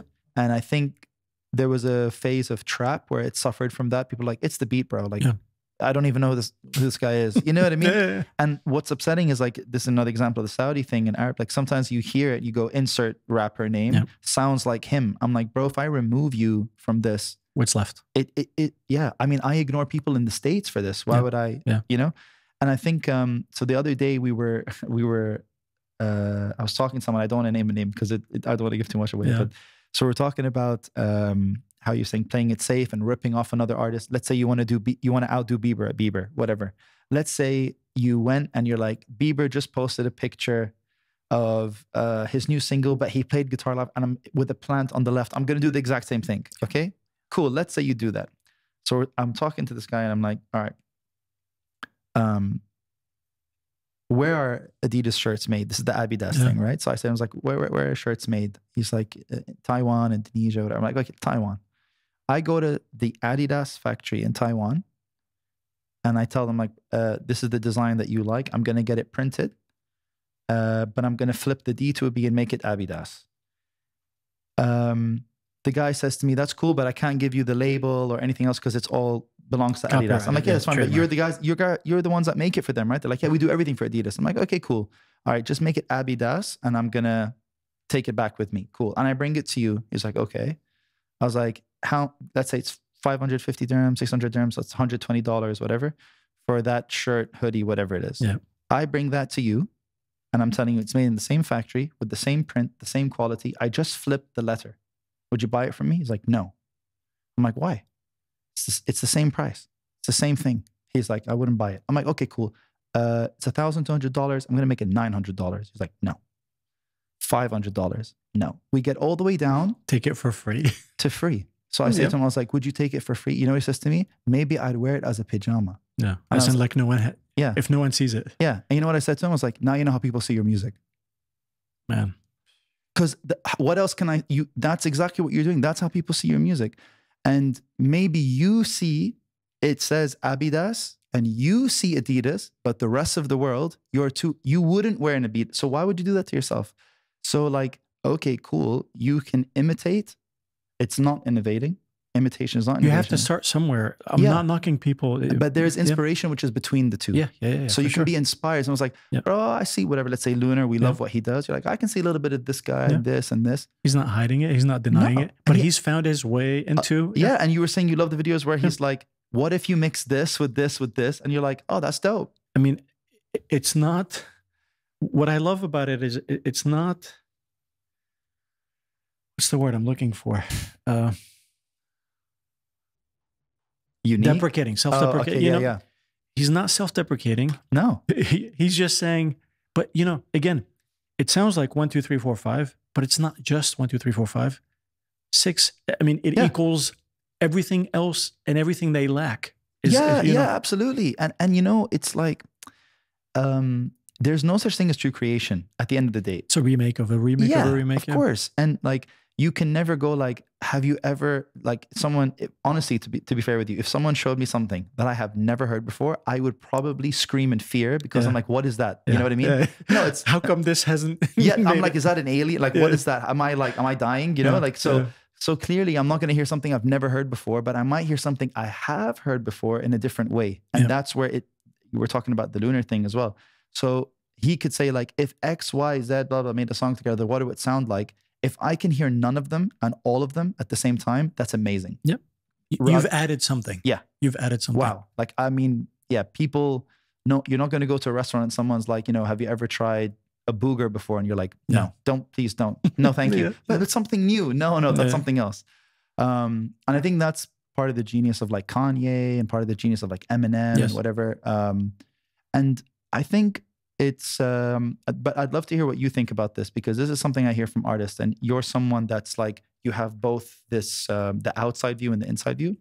So there's this, a thing that's come up a lot, especially with the Arabic fusion artists is there's definitely a firm line of traditionalism that we have in the Arabic music industry. At what point or how close to the line do you get before you become insulting to the history of Arabic music or you become someone that is a flag for change? That's a very good question. And I'll answer it by quoting Max Martin. I don't know if you saw one of the rare interviews he did when they gave him an award for all the, you know what he's done. Yeah, of course. I'll send you the link and I'll reference it, in the comments to this episode. And this is something that occurs generationally, right? If you love your parents' music, there's a problem. There's people that still, in this part of the world, in my mind, Amr Diab shouldn't still be as relevant as he is. Not to knock any of what he's... Interesting. So I'm going to try to build a case here. Please. So what Max Martin said in that interview, I think they had just finished I Kissed a Girl. Okay. And it created a huge stir. She's a girl. She's talking about I Kissed a Girl. And I liked it, And he like he was saying, I remember putting on the news and it was just like all over the news. Like, how can they... It's like, this is amazing. Because a lot of people, if you tell them, if you like music your parents like, there's a problem. So I've never heard this. So interesting. In the West, like for instance, so the rebel, parents don't understand, Will Smith, whatever. That's the temperature. If you want to influence, it doesn't have to be, look, if your parents like the music that 12, 18, 20-year-old, you know, that pocket between, say, 16 to 25, if they like that music, it's not boundary pushing enough. Look, you don't have to do it just to be contrarian. But in general, that's a good barometer that every generation has a sound. Yeah, of should course. have a sound. Mind it you, should. and generations are shifting, like the gap between generations is in the months now, where it used to be, it's like, if I have a 15 or a cousin that's 15 years older than I am, I like the same music he liked. Now, you know, because of the advent of TikTok and of course, that the gap, it's like, I've seen a 23-year-old say to a 20-year-old, dude, that's so mid, that music. And the guy's like, what? Yeah. It's like, it came out like a year ago. It's like, man, a year ago? Exactly. You know, take what I just said and apply it to that. It should be offensive. If it doesn't sound offensive, look, it doesn't have to be, you know, squealing and like sounds that, I'm not saying any of that, but so it's the subject matter. Again, we go back to the, is it too safe? But that speaks to every generation should have a sound. Every generation should, you know, get behind something. I just watched the Wham documentary. I don't know if you saw it. Brilliant. If you're a fan of George Michael, I saw Wham and Freedom Uncut. I urge anyone who's he has the same music, birthday as I do. I always get told this. He's George Michael, he's an idol of mine. You know, I had two idols growing up. It was Michael Jackson and George Michael. You know, because Michael Jackson and George Michael. Yeah. And you know, so he's brilliant, man. He's amazing. He's really good. But he was talking about, you know, a lot of people didn't take Wham seriously because it was light and it was, you know, unemployment was really skyrocketing at the time. So they were singing. When did that come out? Early 80s, 81, 82. Yeah. But it's not necessarily about the era, more about what their music represented at the time amid, you know, disruption, etc. So you need, escapism is a big thing. You know, you need to talk something like, okay, if your parents don't understand your lingo, you need to speak the lingo of your peers. Of course. You do that with lyrics, you do that with music, with your clothes. It's a statement. Yeah. And, you know, that's why heavy metal became what it is. It was anti, and again, I'll keep saying it's not anti just to be anti or contrarian, but come up with something different. So to answer your question, you should aspire to break the rules, but not to do it just to say, F everybody else, screw everything that came before. Pay homage to it in your way, but what sounds like today that isn't trying to be insert Western name, you know? Yeah, I think what you've said there is super powerful, because the difference between being contrarian and being, let's say, relevant to your generation is authenticity. Like if you're someone maybe from that traditional bracket that looks at someone doing something, let's say it's an Kulthum song again or whatever, and then someone goes from that era, goes like, this kid's like, well, my mom listens to Kulthum and this is what it sounds like to me, and then they do like whatever, a weird remix. Someone's gonna love that, but it's not, you know what I mean? But it's not gonna land. Yeah. But it's like there's a level of authenticity where the person goes, I'm telling my story from this version of this lens or whatever. I think, you know, I love what you said there, because like, I think the metal and the rock scene suffers from that a lot. Yes. I think even regionally here, like, especially what we're trying, it's funny you say generation. Today, our new song, Cold Generation, comes out. Nice. So I'm plugging my own song. Good. But, like, I think something that we're like actively trying to do is, I think always as a band anyways, we've always been like at the sort of forefront of bringing what's fresh from other parts of the metal scene internationally. That makes you unique. Yeah. And it's also made us a bit hated at the same time, I understand, which is fine. Because there's purists, right? Yeah. And elitists, and there's like, you know. Look at rock. Rock was so big. Rock has been sleeping for a hot minute. It may come back. It may not come back. I predict that if it does come back, it's going to take on a different It's going to be huge. Honestly, I think it's already started, to be honest with you. I love to hear that. I love to hear that, but it's not going to sound Blink-182. No, it's not going to sound, you know what I mean? No. So old rockers, and it's not a knock. People who like rock for what it is, or the way it sounded at whatever window of time, that's behind us. And it shouldn't come back as it is. For a lot of people's like, oh, I mean, things do ebb and flow. but they rarely do they come back exactly as it was. I mean, look at the 80s. How many times has that been regurgitated? Yeah. I honestly, I mean, it's not an early bet. I'm not a betting man, nor it's, look, I have this analogy about surfing, and I don't know if we've talked about this. To surf, you've got to be on the edge of the wave or right before. If you're behind it, you're not surfing. If you're in front of it, you're getting crashed. Yeah. A lot of people say, oh man, this guy was ahead of his time. Like, okay, yeah. How did he benefit from that? Yeah. So the reason I mentioned that, there's the whole, look, I'm like 80s was a big thing. I'm like, okay, when is 90s going to come? It kind of had this shy attempt, and it's trying. And I love seeing that, because that just happens to be, my drug of choice. But I'm wise enough, quote unquote, to know that it's never going to come back as it was. It has to come back fused with, look, if you want to know the formula to success, something familiar with a facelift. 100%. It's the, you can only make one iteration at a time. You can only go one step at a time. So like, and I didn't mean to cut you off. Sorry. No, you're right. You're right. No, for sure. Like that's what I was saying. Yeah. Even about like rock and metal, like you can only go one step at a time. And we were just talking about this yesterday. We went live about the new song coming out, and we had a bunch of fans and friends come and go on the live with us to like in person to join the live party. And we were talking about like how I have a new sort of like look at the way elitism and genres work. Metal and rock is the easiest one, just because it's essentially seen that the heavier you are, the more elitist it becomes, which is an easy metric. But like, let's say you have 0 to 20, 20 being the most gory, like, extreme death metal, whatever it is. Needles on red the whole time. Yeah, exactly. Yeah, exactly. Yeah, you're clipping the whole time. But like, let's say you then have like your path to that in steps would be like Red Hot Chili Peppers, Incubus, but you're gonna get to like somewhere Metallica. And then in the middle you have like Metallica. Then it would be like, I don't know, Linkin Park, Limp Bizkit, Korn, Slipknot, and it goes heavier. Then you might get to like whatever the very end, like Cannibal Corpse or Lorna Shore, whatever it is. But what's funny is it's the people that reach the end that look down at the people starting. Yeah, but they don't see the map this way; they see it this way. Agreed. So what happens is you have a situation. I think it happens in every genre. Is you have a band or an artist not knowing where they are, because if you don't have a 1 band, you can't have a 20 band. Yeah. So let's say whatever with my band, we're a level 11. Level 20 cannot get an audience if level 11 doesn't do its job. Right. But level 11 doesn't want to be a 20. Yeah.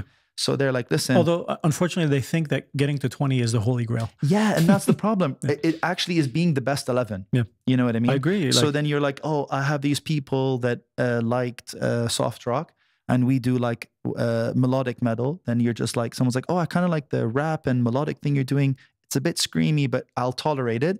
They listen to us long enough, and then they go like, they're like, man, I think I want more screams. There you go, take them. And then I'll bring the new guys. And if anything, it's the 20 cannot live without all 19. Yeah. But 1 can live without the other 19.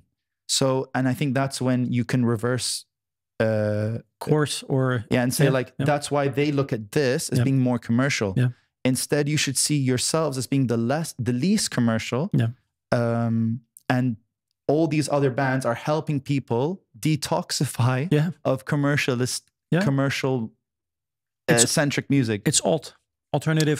Yeah. And you look at like Lil Uzi Vert just did is it like a cover / sample of System of a Down, and you're like, dude, that doesn't sound. That's the facelift thing you're talking about. And I'm like, yo, that's fresh. But people are like, how could a rapper do a, you know what I mean? Don't get too fixated, man. Like, don't be too precious about your thing. That's imposter syndrome. Exactly. And again, so to answer your question, I think our biggest Achilles heel as a people, we're too conforming. We conform too much, and it goes back to the safety. It goes back to a lot of things. We need a few trailblazers. Yeah. We still have the inferiority complex. We're not the West. Once we solve for that, I think things will relax a bit. People will breathe. We are in dire need of a superhero journey. I mean, I feel like Saad Mjarrad minus the personal stuff. You know who we need? Could have taken this is going to make it easier for you. Yeah. We need a Muhammad Salah in music. We just need a Muhammad Salah. You just said it. You get exactly. what I mean? Because when that happened, man, I will never forget. Exemplary, you know what I mean? Like, you want your kid to be him. 100%. You want to be him. You wouldn't mind. Okay, you might mind if your wife wanted to be with him, but you know what I mean? It's like, yeah, exactly. Yeah. And then you look at where he is today. He's like an international role model. It comes with a lot of pressure, I'm sure. For sure. And he also, it's like, you have to excel in performance. You have to just be high performing. He delivers. You have to deliver. So we kind of need that. And maybe sports does kind of always operate before art because it's a much more tangible thing to see. Yeah, absolutely. But there's parallels and everything. Yeah. And I think for me, like a huge moment, are you big into Marvel? I've watched a lot of Marvel. Okay. So I wouldn't consider myself a Marvel head, but I'm a fan of... It's like good entertainment for you. Yeah, for sure. And it's not passive. I'm involved. I get you. I'm the same. Yeah. Like I never read the comics as a kid, but I enjoy it. Yeah.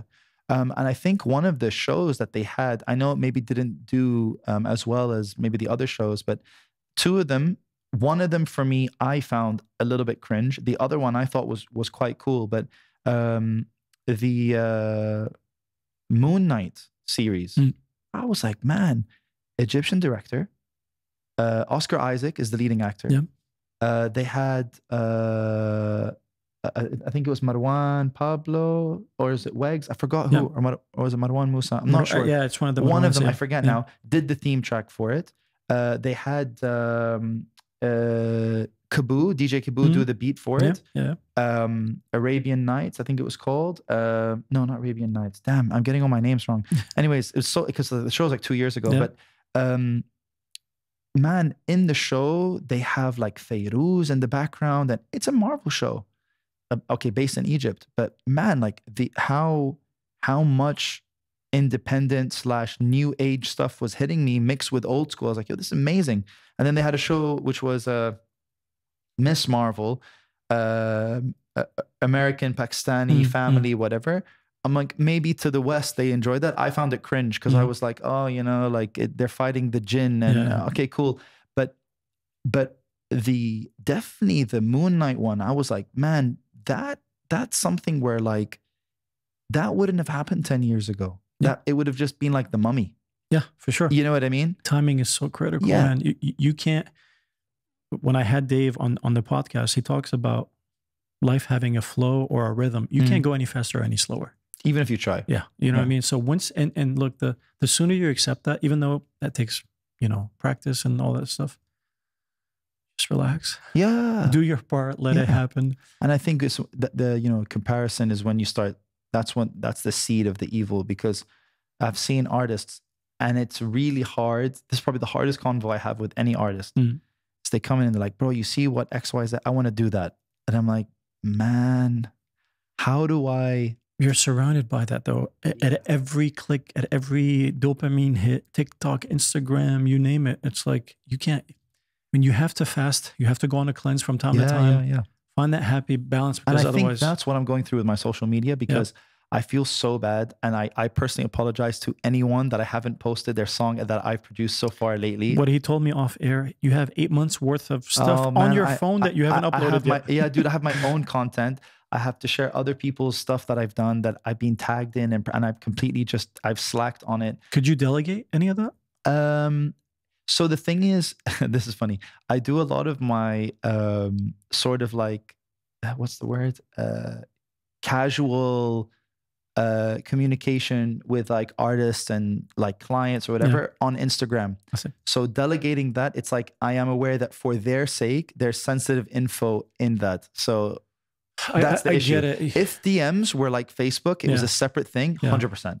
But it's linked. In parallel, a lot of content creators on the internet, big YouTubers or whatever, one of the big kind of, what should I do, is offload editing to somebody else if you can. The sooner you can do that, the clear kind of what you're doing. Yeah. A lot of people are like, but that's my voice. No one's going to know all these beats and stuff. You got to find that happy medium. It's the 10-80-10. You know? Yeah. Like I've realized even like when I brought people on board, like you go through like snags, but like in the beginning, like people are going to be like, oh, well, I'm used to recording with you, and why would I record with someone else? And did you do this edit or did they do that edit? And like, it's when you kind of have to tell them like, listen, regardless of who started it, I finished it. You know, when I was working with Dave, you know, I would start a lot of the, you know, at some point it's a Dave approved mix. Yeah. It shouldn't matter. I mean, if you get it, you get it. You get the result, right? And it shouldn't matter. Listen, if you're like, this is, even if you only like move the fader, you're like, that's all it needs. And Dave always talks about it. And we always like at nauseum talk about this stuff.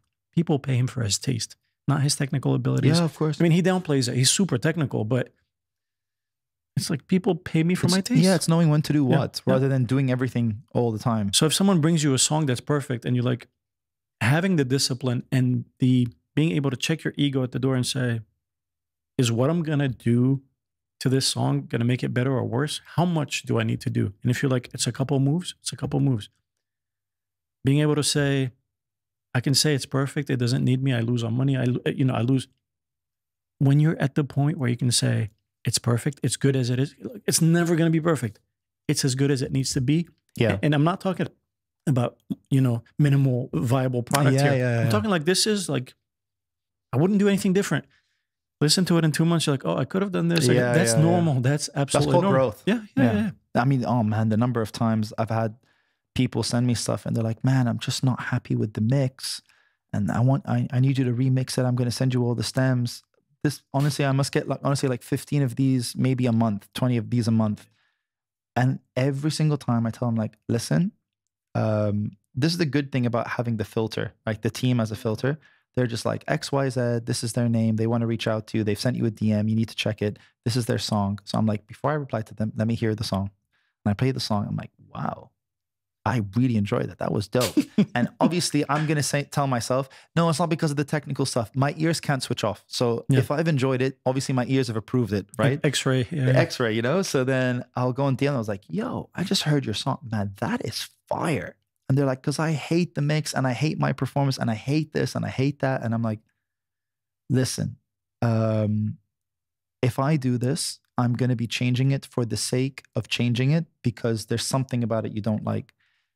I don't see anything wrong with that. And if anything, I think the producer or the engineer's done a great job, right? And you always get one of two answers. you get like the person going, then am I stupid or like, you know, and then you're like, no, it's not that. Or you get the people that are like, oh, this guy must be as bad as him. Yeah. You know what I mean? And you're like, okay, fine, nothing I can do, you know? But you know, honestly, the most important thing is if once you, this is what I've realized, I'll ask, why don't you like it? What's wrong? Yeah. And they start explaining, you can tell when someone knows technical and when they don't. Yeah. So like, oh, I feel like the bass has too many dBs. And I'm like, no, but really, why don't you like it? Define a dB. Yeah, exactly. You know, exactly. Can you hear a dB? Yeah, exactly. Like mastering engineers, most of them can't hear a dB difference. Some can hear a half a dB. 99% of them can't hear that. Yeah. I can barely hear 15 dB. At this point. Yeah. So like once you start to get into it, it was the experience.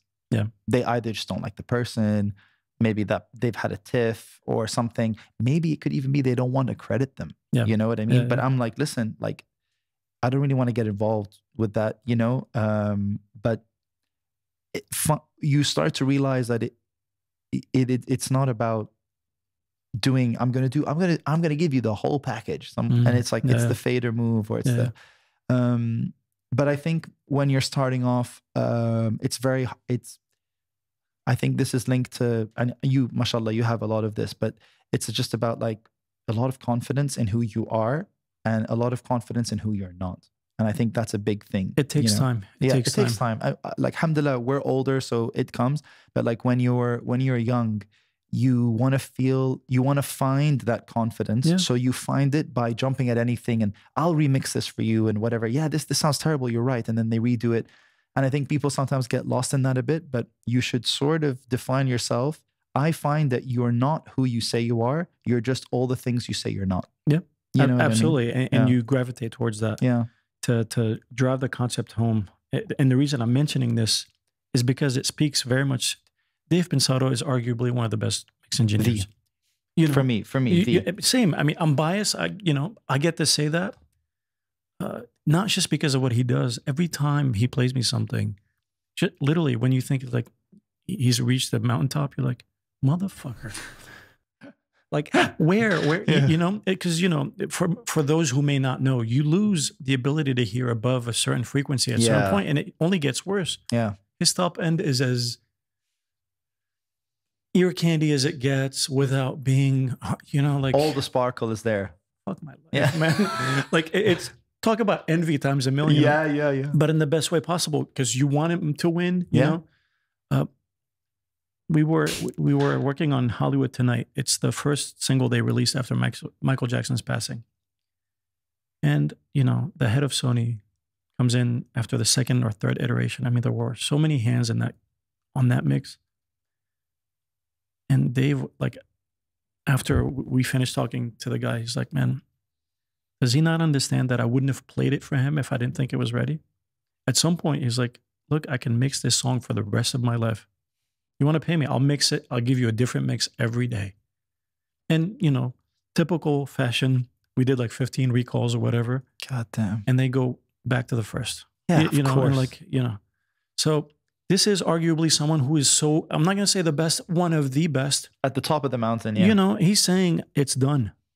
It's done. I mean, can you do it differently? Of course. There's an infinite amount of things you can do to a thing. It's all psychology, man. We're glorified therapists, and that applies to everything Trust me, we do. I feel that everything. Yeah, I can only imagine. Yeah. But you can't be a good therapist without empathy, sympathy, and all that stuff. But that has got to wear you down at some point. Yeah. Do you struggle with that much? Where do you let off the steam? Where's my vent? No, I don't struggle with that too much. No, I wouldn't say that I do. I think in general, I'm quite patient. I'm okay with that because as long as feelings and emotions are married with like action, I'm okay with it. It's just when it becomes, if someone just coming in to waste time because I feel, I'm like, okay, cool. Do you want to put that in a song or like, should we do something? I don't really rush them talking about it. But I think I'm a bit aware enough to figure who's like that before they walk in the door. So we'll always have like a first meeting before we do any work and speak to them and to vibe in. Yeah, you'll know straight away. Like first time I met Roxanne, for example, like she was like, I was like, man, she mentioned she's like, she's on the hunt. She's like, I'm here to kill. So I was like, yo, this is, I'm about it. And then there are some people that are sort of like in their shell a bit. And I'm like, this could actually be the story. But yeah, no, it doesn't really weigh on me too heavy. I think probably the thing that maybe weighs the heaviest on me is just like, I would say it's sort of like the, it's when it just gets a bit frustrating where, there's a way to put this. Yes. Okay. So for example, someone will come in with an idea, and they sort of have like a very basic skeleton of it, and it's getting someone to break away from the demo-itis of something. And it's so hard to do because as much as I hate it, dude, I have it. We all have it. It's impossible. And I just realized that you're talking about dopamine hit. Bro, this is like demo-itis is like, and everyone in the studio, they're like, I swear to God, it's not demo-itis because I talk about it. But like, for example, like I kind of feel like it's a graph, right? Yeah. And this is emotion or dopamine, whatever you want to call it. Yeah. And this is the amount of time working on the song, right? I just feel it does this. Yeah. You get? Yeah. So we have a rule in the studio now. God bless Ahmed. He just asked me about this today. I love how... Is this your biology background kicking in? Or like, sort of, yeah. I feel like you're like sort of data driven. I'm just like, yeah. How do we tweak this? Yeah, exactly. I'm like, how do I mitigate for the dopamine, Yeah. So like Ahmed, like, and I'll see it, bro. I can tell like, so like within seconds, like a session goes down. I'm in the other room. I come out. They're like, woo, yeah, dude, this is the one, bro. And I'm like, yo, that's bomb, bro. And then he's like, yo, airdrop me that. And then and Ahmed looks at me and I'm like, yeah, bro, I think it's best we don't send you anything. And he's like, what do you mean? And I was like, bro, I know you want this so bad. Yeah. When is your next session? And he's like, it's in like 2 weeks. I'm like, definitely don't send that to him, bro. He's going to play that 10,000 times. Yeah. And then he's going to come back next time. You're going to change one thing. And he's going to be like, bro, I feel like the vibe is off now, you know? So you take a snapshot of what you think sounds perfect. Khalas. That's it. So I'm like, dude, instead, why don't we book you another session a week earlier? And we're going to edit this and mix it and then send that to you. Yeah. I have never had someone that got the first mix that didn't like the second, third, fourth, fifth mix, right? Because they're just like, oh, maybe we could add something. But when someone gets the demo, which is just like a totally raw, unmixed thing, and they come back 2 weeks later, mix one, and it's like almost I expect it. Yeah. And sometimes like the other engineers, dude, they get so disheartened. I'm like, I'm going to send the mix over now and I'll CC them or whatever. And then they're just like, man, I can't wait. And they're like, this is the worst. And I'm like, man. And they're like, I was like, bro, you didn't mess up, dude. Just like, it's just part of the process. And then the hardest one for me, like I said, is it's that next session after that email or whatever. Yeah. And then they come in, they're like, can you just play me like the strings alone? And they're like, that sounds good. I was like, yeah. I'm like, here we go. I was like, can you play me the bass alone? Like, bang, drums, bang. I was like, this sounds really good. And then I play it all together. And then they go like, by the way, it's not that bad, you know? And I'm like, man, it starts to grow. You have to like, this is like where the patience has to come in. God. But those are the exhausting ones. Cause I'm like, man, we could have wrapped this up today, you know? The way I combat that when I produce, you know, when you get in flow and you think it's the shit, I sleep on it. Yeah. The next morning or the next visit you have with that is the biggest truth teller for me. And if I continue to feel it, then I know I'm onto something. I remember, do you know who Ron Fair is? No. He signed Christina Aguilera. Oh, okay. He produced 1,000 Miles by Vanessa Carlton. Oh, great song. Yeah. He and Dave, I mean, he's probably Dave's most important client. I mean, a lot of work, you know, Black Eyed Peas was his project. He brought Fergie. Actually, Dave, Black Eyed Peas got dropped and Dave got him re-signed through Ron Fair when they brought in Fergie. So there's a lot of history there. And he was talking about the process of making 1,000 Miles. He's like, by the time it's out, I've heard it 1,000 times literally. So if it still hits me at that point, that's like tiring of a song. Yeah. You know, so if someone hears it for the first time, it has to hit them a certain way. So you get fatigue after you hear a song, and some songs have a longer shelf life or what have you. So that's you know, the truth teller for me is like, okay, because sometimes it's how you feel. Sometimes it could be you're tired, you cranky, you're hangry. Yeah. There's so many elements that go into like when you hear a song at the gym and you're like, you just heard it an hour ago and you're like, does it sound slow? It's like, dude, your heart rate's double what it was. Of course, you're going to hear it slow. Yeah. There's so much that goes into the psychology. Honestly, that part, once you're aware of it, you start to love every piece of it. And you just have to keep yourself in check. Yeah, for sure. And I think one of the things that I love about what you said, it's like when you are aware that you have these different mood shifts and mood swings of like, you know, knowing when you're at like an adrenaline peak point, it actually helps you curate your music. Because like even with the band, for example, metal is a very aggressive genre, but it can also be very extreme with BPMs and whatever, you know? So sometimes we're like, man, I want something that's just gonna like be high energy no matter what. So you're like, that looks like a certain BPM, and the only time that would be played, or the only environment you'd play that type of song, is in these types of places. So it starts giving you an idea of what you could write about from your own point of view in that way. The knowledge of the psychology becomes a musical tool, if that makes sense. Yeah, absolutely. You're like, oh, this would be a cool thing to write about in this way. Yeah. You know what I mean? A good example is I always bring it up.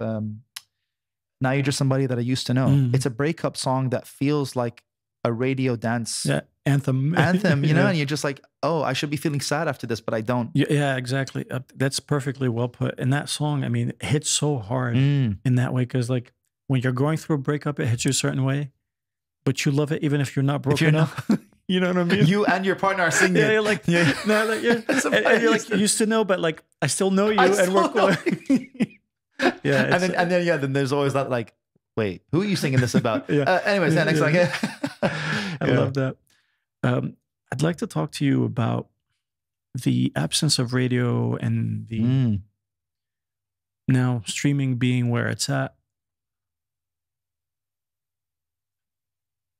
how does that factor into what you're doing? Whether, I mean, obviously you've got your fees and you've got your upfronts, and then you've got your recoups and the royalties. Is streaming viable enough for you? Are there enough artists, as far as you know, locally that are trying to do it, that are making enough bread from streaming? What's no, that's just the honest truth. No. But I think I saw a really interesting documentary, or it's sort of like a breakdown video of something. Yep. I'll send it to you when I find it. But it's basically about like breaking down how much money streaming and radio money gets the biggest artists in terms of their entire wealth. And I would have, I mean, if you'd asked me before the video, I would have said 40%, 50%. Yep. But when they broke down like the Drakes, the Weekends, the Taylor Swifts, it's like, it's less than 8%. Yeah. You know? It's a transformative, once you figure out the math behind it. Yeah, absolutely. You know, so I don't necessarily think it's a bad thing, but I think not knowing what the other 92 is more the issue than... Many people are focused on that as like the holy grail. It's like, it's a piece of the piece. This is a vehicle into other revenue sources. Yeah. And a lot of people aren't tapping into even that. In Dubai, I mean, for example, if you write a song that does really well, just like, let's say within the 300-400 people, let's say the scene's 400 people, and all 400 people like it, one of the event organizers is going to say like, oh, I actually really like this person, I'm going to book them for a gig, right? Let's just say. You get 1 million streams, it's like, what is that, like 9,000 dirhams, 8,000 dirhams, whatever it is. Or you could get booked for 2 gigs and you've made 1 million streams worth of money in 2 hours. You know what I mean? So it's like, I think it's sort of like you know how in gaming, a lot of people, they buy the actual games based on how good the packaging is. The song, not to make it so corporate, but it sometimes acts as the package for where the real money is. And that's why you should enjoy it and just be yourself. And then the rest will, you know what I mean? Are enough artists, as far as you know, aware of all the things in addition to the recording and the releasing they have to do? Like how much more work and the discipline that it takes? Because you mentioned Mulham earlier. Sounds like he's pretty plugged in and he has a pretty good, on a scale of 1 to 10, where would you put the average artist trying to make it in this part of the world? The average artist? Yeah. Below a 5, I would say. I'd say below 4. Okay. 3 and a half. That's where I thought they'd be. But yeah, 3 and a half. I mean, like even you can already tell. You know, what's one of the most common questions that we have whenever we send out any quotation or invoice for our work? We get the same question every time. What do you mean by publishing and songwriting? They don't know. So that, and I don't blame them. It's not like, and that's a perfect segue into what I'd like to get into after this. Yeah. Like they don't know what a PRO is. How could I blame them? We don't have a PRO here, you know. But at least knowing what it is and understanding how it works. It took me a minute to figure it out as well, because it's not like I lived in the States before to know. But I found a way to get onto BMI and all that stuff, and sign with a publisher and whatever it is. So like you'd be surprised, like the ones that know. It's not like knowing has affected their life, but because they care to know other things. And then it opens up, it's a Pandora's box type of thing. I'd like to talk a little bit about splits and not necessarily getting into rates or any of that. I understood music. I mean, I know music publishing really well from a American lens, you know. I read many books. I feel like I'm one music business book away from having a degree in music business law, because, you know, this is pre-internet, pre-Amazon, you know, I had to go to the Barnes and Nobles, or, you know, like there were only a few resources available. So, and it's something I really felt I needed to educate myself on. So I learned a lot. It took me down a pretty deep rabbit hole. I feel like historically it's been, you know, lyric plus melody equals composition. Production was a work for hire, but then when quote unquote producers or beat makers, that factored in, is there a state of the, you know, like where are we in terms of how a typical, is there such a thing, structure in terms of where how things get split? Yeah. Let me preface Yeah, that by go for saying, by law, if you read the copyright, it needs to be on a tangible medium, right? So it can't be an idea in your head. Yeah. If there's no contract stating otherwise, if 2 people wrote the song, it's equally split 50-50. If it's 3, a third, 4 people, a fourth. So the contract is there to say there's an exception to the number of people involved, right? This is by default copyright. So I just wanted to preface that before you jump in. No, of course, of course. Yeah, I mean, the way I've realized that it's sort of, you have to sort of like know your definitions, like you said. So for me, a song is not the music. A song, the easiest way I explain this to everyone I work with is like, a song is what 5 people can sing around a campfire. So it's the top line. It's going to be the top line of the lyrics, you know? So the song, but I do understand that the source of the inspiration affects the percentage. For sure. If, like you're saying, the producer, and this happens in rap a lot, makes a dope beat, rapper hears it, maybe the melody and the thingy inspires a rhythm or a melody, they do that. In that case, you're going to do 50-50. In the case where someone's brought an idea and they already have just, say, 4 chords and they've written the whole thing, you're not going to be looking at a 50-50. Normally, they say producer is going to get 1/5 of what the artist gets. Yep. So if the artist is signed with the label and label takes 50, they take 50, you're going to take 10 because you're taking 1/5 of what the artist takes. So I think that knowing like what type of setup the artist is in, it changes the landscape. And do you take that into consideration? Yeah, of course. Yeah. Do you have a one-size-fits-all for your fees or your portion of the copyright? Or yeah. So the way that I'm working it now is because, the way that I'm working it now, there are options. So I'm very much aware that a lot of these independent artists are on a certain budget. Yep. So maybe like, you know, to the person listening now, they're like, man, it's 300 dirhams. Like, what's the big difference, right? But maybe 300 dirhams times 10 for this independent artist goes a long way. Sure. So we put different percentage packages and we just lay them all out and be like, listen, the decision's totally up to you, whatever you want to do. These are the type of bundles that you can go for, these types of splits. We're good with any of these for these prices. A lot of people ask me like, yeah, well, but what happens if you give this guy like a 50-50 split and he gets 10 streams? I'm like, because I would rather give up 300-400 dirhams, whatever, of my money and time to help know that an artist was launched and he could do something with his life, than him not be able to do it because I couldn't make money off of 10 streams, you know? So, and do you factor in, is that separate from your producer fee? Yeah. So what we'll do is, we sort of put it across as there's like a beat/composition fee, and then there's like the studio fees, and then the post-production mixing mastering fees. So the production fees included into the split package. So if you're doing 100, 0, 70, 30, it's inclusive of the producer. Gotcha. Producer fee, yeah. And I assume that's worked out before you even play a single note, right? Yeah. It's not. No. If things, I mean, if you approached it thinking that your contribution was going to be X and it turns out being more, are you just going to make good on whatever agreement? You know what I mean? Like, are there situations where we thought we're going to do it this way, but then... I mean, it really depends on the artist. Like sometimes I kind of know if I open that discussion, I know where that's going to go just based off the person. So I sort of withdraw how much I'm going to put into it. Not that I put in less, but I'm putting in exactly what I promised.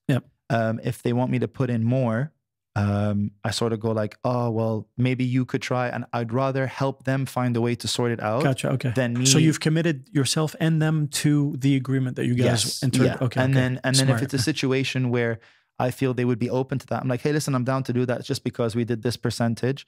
Maybe if I do that, are you down to change it? And they're so like, you would amend and you would ask for an amendment. Yeah. I'd be like, are you down to change it? If they're like, no, I'm like, okay, cool. But then this, okay. Yeah. It just depends how open they are to that discussion.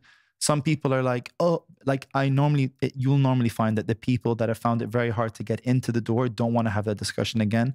And the people that find it easier to come in. It's a vibe killer. I mean, especially if like the chemistry is there and then when the business starts, it's like saying, I love you, honey, but prenups. Let's talk prenup. Yeah, exactly. Yeah, exactly. Yeah. I mean, that's the opposite of I love you, the opposite of I care for you, but Well, a friend of mine once said, no, was it a friend or was it LeBron James? I can't remember. And he's definitely not my friend. Maybe, hey, maybe you like him as a friend. Someone said, no, sorry, I know exactly who it was. It's a YouTuber called John Campea. I love his channel. He does like movie reviews. And he said, I don't have to trust you if I have a contract. Yeah. You know, that type of thing. So it's kind of like, when you have that package with them and they've gone with that sort of deal, I already kind of tell them like, oh, do you have the song written? You know, like, and sometimes some people choose the wrong package, and I've actually forced them, like, it sounds like and I tell them that I'm like, listen, you want to go with a 730 package, 70/30, or whatever it is. You don't have enough for me to end up not asking you for more. Yeah. So why don't you just pay the little bit extra? It's not going to change your life or my life. To be honest, you can go with that. I'm down to do it. But it's just that because you're not ready enough to do that, it's probably best if you do that. Most people be like, oh, would I not get that if I do this? And I'm like, no, they're like, oh, then I'd rather pay. And I'm like, okay, cool, perfect. But sometimes it's, you know, people are going to jump at the lower number. Yeah. And I'm telling them, I was like, by the way, the lower number, like, I think there was a situation a few months ago where I even said to someone, I'm like, listen, I think the song is going to blow. And you don't want me to have 30 of that. Trust me. Yeah. You don't want me to have 30 of that. They're like, no, it's just because it's more for, I'm like, trust me, you're going to make more money off of this. You should give me none of this. And they go like, really? I'm like, trust me. I'm just telling you, like, I think that's going to do really well. They're like, okay, I'll find a way to get the difference. I'm like, yeah, in your benefit. Hey, I'll take it. It's not about that. But I feel like when you plant these seeds that you just genuinely care, then when you open the door to it or you open up the discussion, then they go like, yeah, cool. We need to do that at scale, man. The problem is there's so many people Value here. ladder. We need more education, but also, man, we have the eternal chicken or the egg problem. Yeah. I mean, and it's small. I mean, it's nuisance, honestly, because we need to solve for something more important, but we can't ignore that stuff because it's the, you know, it's the moneymaker for if things do pop or whatever. Yeah, and you know, I think really it goes back to like why you do what you do. So like for me, like a big part of why I do what I do is a lot of people told me that you can't make it if you're here, you have to go to the States. And I'm like, that was my next question. Yeah. I was like, no, I can make it from here. Like success doesn't have a passport, so I don't need a visa to make it as an artist. And so like the beginning of my journey was like just proving that there is really good potential here for artists. Obviously it's manifested in different ways, but like, yeah, if you have someone that's trying to do it, trying to produce, and their job is just to make money, it's going to be very hard for you to ever have that conversation because that's all someone's going to feel when they meet you. Is like, it's just going to be about money, you know? Absolutely. Yeah. The reason I wanted to kind of segue into that, the question was going to be, is there any part of you that wishes you could do what you're doing from elsewhere? And I think I got my answer. No, not really. Honestly, bro, because it goes back to the being a father and having a family thing. I love Dubai and the UAE so much. And it's so funny. We just traveled, came back from Europe, and I was like, it's just going to Europe reminded me how much I love this place. And I've always known that I would want to raise my family here. So it's more like I know what my end looks like. Sure. It's just make the means. So you're backfilling it essentially. Yeah, I'm down. Obviously, like I did with Saudi, I'll travel and I'll come back. Yeah. I mean, you're not tethered. You're not imprisoned by being here. You're here by choice. Yes, and that's the ultimate freedom, right? Yeah. It could be a jail to some, but for you, you're like, I'm here because I choose it. Yeah, it works for you. Absolutely. The reason I asked, or I wanted to ask that, is because the level of consistency. I mean, you're just knocking it out of the park. I mean, the reps at this point, it's like you're talking about, okay, if I add, 1/100th of a protein scoop, I'm going to see this vein. That's I'm going to see my ear get bigger. That's the territory you're playing in. And based on the reps and the effort that vicariously can tell you've put in, if you'd done that in the States, I mean, there's no guarantees. You'd be a worldwide household name by now. I mean, I would hope that the work that I've put in would mean that. I'm saying having been there and worked with some of the top players, there is nothing that separates the reps that you've put in, because I know you, I feel like on a deeper level now, I know the level of effort and care you put into it, man. You know, you Man, would be, Habibi, you would be no, there. thank you so much. No, I really appreciate that. So it pains me a little bit that I know. Look, maybe it pays off as much as it needs to, and you're cool with that. It's conviction in the end. You know, if you're good with it, you're good with it. Screw what anyone else wishes or whatever. It's just there's like that little tug. I'm like, man, you know. Yeah, you know, I've been asked this before by like friends and people that I work with, and I always tell them, I'm like, I think I passed the point. It used to tug me a bit, but it doesn't anymore at all because. Again, my goal in life is I always wanted to be a father. I always wanted to be a family man. So I was able, by staying here, I was able to meet my wife. Yeah. And say no more. That's it. Yeah. You know, so like I can never regret that. So whatever happens from here until then, yeah, like I can't have what I actually want in life. I wouldn't be able to get what I really want in life had I not met my wife and stayed here. But maybe if I had gone there, I would have had something else. But I know at the end of the day, it's not what I truly want. There's always, you're paying a tax on something. Yeah. I'm here for that very reason. Yeah. You know, I'm happy for you. You found yours. I haven't found mine yet. Yeah. You will. You know, I'm doing my part. But I left that world behind. I'm not going to say at the peak, but the one regret I have, not a regret per se, I came here with a very conscious decision. I knew it wasn't leaving something behind. I gained by coming here. If I wasn't going to move here unless I felt like I was gaining. There's always a trade-off. Right? Yeah, of course. The only thing that concerns me is if, and this might sound like I'm tooting my own horn. I want to spend more time with people who are 10 times better than I am. Yeah. And it's a little more difficult here than it was there. You know what I mean? Just because the work ethic. Yeah. It's humbling. You know, it just keeps you on your feet, and it just, you know, but so not to say I'm the smartest person in the room, but like, I don't want to feel like I've hit a ceiling. I want to feel like it's open. You don't want to be a big fish in a small pond. Yeah. Forget, I don't want to be a fish. I don't want to be in a pond. I just, you know, like, I don't want there, I just want there to be like no roof over my head. Yeah. I don't want to feel like there's a roof. Yeah. It's just, I want to feel like I look up and there's like an infinite. Yeah. You just look up and you reach, you know? So when you feel like, and maybe it's in your head, maybe you feel in reality it's not. And now, I mean, geography is not as big a crippler as it once used to be. So that all factors in. But I'm super, super hyper aware of like, and I found that instability, even though it's the thing I seek the most, has helped me a ton. So I know how to recharge my batteries. If it's not here, I know exactly where to go, what to do, and come back with that sense of, you know.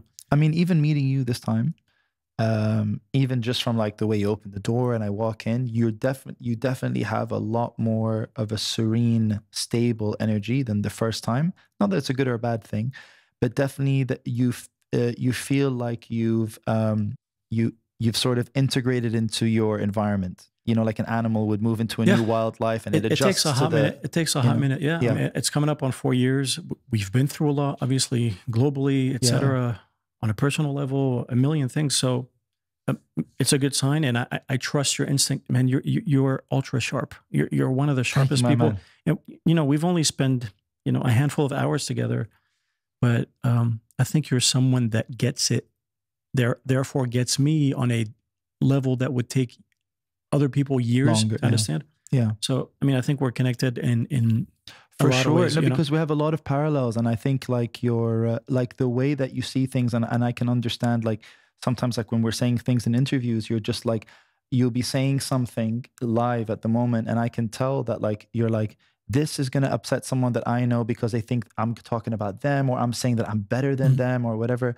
And the thing is, it's upsetting that like that would still be the case, because that's what makes you feel like there's no ceiling. Or sorry, there is a ceiling, and you want a lack of that ceiling. Sure. But I think, like you said, like there's obviously going to be the trade-off, you know. And I think part of the blessing that I have is I've always wanted to visit the States. Yeah. So when you tell me these things about the States, I'm like, I don't know, maybe there's some miraculous reason why I never I could have gone. I don't know why I haven't, you know? And I haven't gone to the States. Maybe it's to prevent me feeling that tug stronger than I feel it now. It's not, you know what I mean? Yeah, no, for sure. But the fact that you've made peace, it sounds to me like you've gone over it's not uphill, downhill. It's not that, but you've turned a corner that you're liberated. You're not someone that's living, because I think as a creator, I have certainly been a prisoner of my own depression. For sure. Most of which is tied to quote unquote making it, whatever that means. You're way past that, clearly. So you'll see it and you'll feel it, but you'll be reminded and you're anchored. Let's just say you're anchored, you're good in your skin. And I feel like I've been in that place for a hot second. It only gets better, man. That's the thing. It's like, it's freeing in that. So you put aside what I was telling you about feeling limited. Man, it's zen upon zen upon zen. Unreal. You know what I mean? It only gets better. You know, you just feel like you say one word, whereas before you used to have to like battle and like have fights. Like, no, it's just, it's you know, and I think it goes right through you. Like, by the way, it's almost like water off a duck's back, you know? And agreed. I think, and like, so with younger artists, I see it where they're like, just like, you know, let me have the world and just burn through everything, you know, and you're like, I know where you're at. And I think it all comes from how you define success. And I think a lot of people define success by fame. Yep. And I know a lot of successful people that are not famous, but I know a lot of famous people that are not successful. 100%. It's funny you say that. I just saw a John Mayer thing. I don't know if you've seen it. No. About that very thing. I'm going to try to find it and put it in the show notes as well. Yeah. He talks exactly about what you're saying. Same thing. I just came across it 2 days ago. Yeah, man. About defining what success means. It's because when you think about it, you always just assimilate the two and you go like, fame is success. And I'm like, well, how many stories? And by the way, like, we're musos.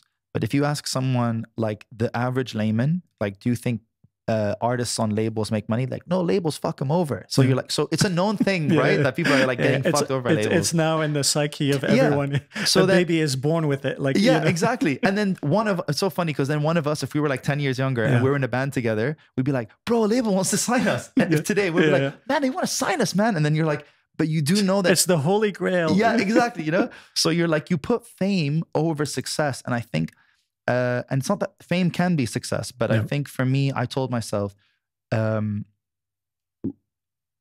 when this is me, like Muhammad to Muhammad, when would you say you've done enough? Like, not that I would quit, but for me now, everything's bonus. Yeah. And I wasn't able to draw my line. Like I'm like, Grammy. I'm like, but then everyone wants a second, you know? And then it's the same for everything.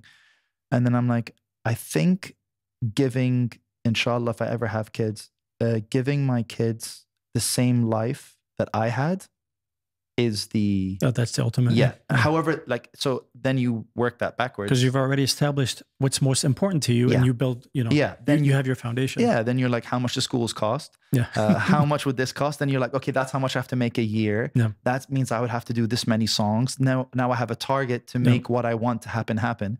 And then along the way, if something bigger happens, it happens. But then it's like, if I won the Grammy, in my mind, the second Grammy is as valuable as the first because it's not the target. It's the, you know, it's the view in the car on the way there. Sure, sure. If we're talking to Baba Noel, Santa Claus, what would you wish for the industry here? Like if he, it, she, they could click their heels and make something happen, not a magic wand, but like something that, you know, infrastructurally could make a super positive change to the region, what would that be? Or what would those things be for you? Yeah, there's a bunch of things, but I would say probably the two up there is I would like to see more Emiratization of arenas and sort of like venues for gigging so that we could set up some sort of like infrastructure for touring, so sustainable touring. And maybe, or the other one would be finally have a PRO. Like, I was just going to say, publishing would rank super high, where it's like, it's clear, there's jurisdiction, there's, you could take someone to court or be taken to court if you don't adhere to certain laws. Yeah. I mean, I don't, as much as I don't want, like, obviously because of the lack of publishing, I don't want to see Tide and McDonald's and creative agencies having to charge 80,000 for a jingle. Yeah. You know what I mean? I don't want to see that, as much as I don't want to see your up and coming rapper that's 19 years old getting paid 500 dirhams to do something for one of the big, a big project. So sure. Yeah. So before we get to the where, was there a piece of advice you needed to hear that you never got earlier in your career? Oh,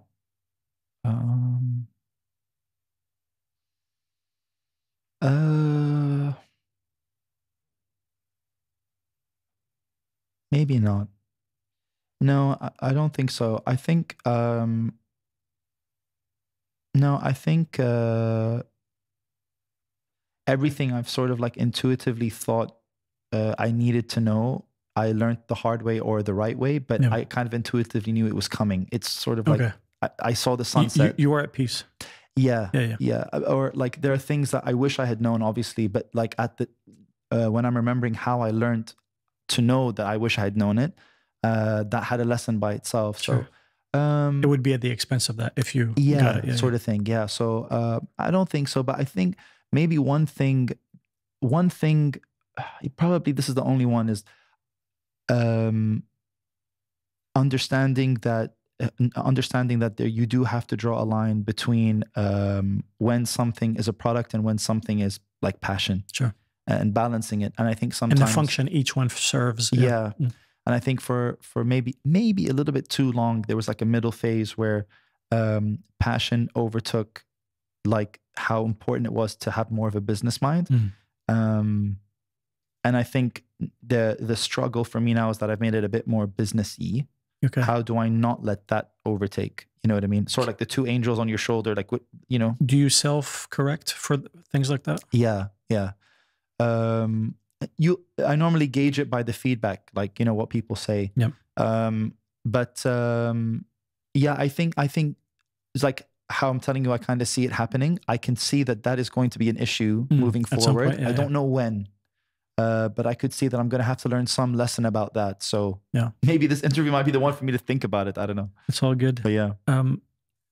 The where question I was going to ask is, in the absence of inspiration, if that happens, which I assume does, invariably to any creator, where do you go for inspiration or for a reset of sorts? Two places. And it could be a physical place or a mental place. Well, well, actually, it's one. There's two, and one of each. Film, the cinema, and just like introspection, like type of thing. Introspection's a bit vague because it's like, what's your form of meditation, regardless of whether you're a proactive meditator or not? Yeah. Where do you get your the introspection? For introspection, I think it's more to do with like a good example would be like this is the most obvious one I remember because it's the one that it's maybe the first time that I did it. So obviously a dopamine chart again. Yeah. I watched Man of Steel and in the cinemas when it came out, and I was never really a big Superman fan. And there's like a moment where they say, so he comes from Krypton, and Krypton, at least in the comics, is described as this like utopian world. It's almost like if humans had perfected themselves, and right. And then it led to a point where they tried to become so perfect, they got too close to the sun, they burnt themselves, and then he gets sent back to Earth. So now you have this person that is on Earth that is from a race that tried to do too much. And he's on a planet with people that are in the process of starting that. And so he knows where it finishes. And I'm like, where do you, like, how tough would that be? Like, I'm like, if I was in his position, like, and I knew that all, like, let's say you're looking at humans and they're going into tech and science and AI, which I'd like to kind of get into a little bit. Yeah. And you're going down this route and you know where it ends.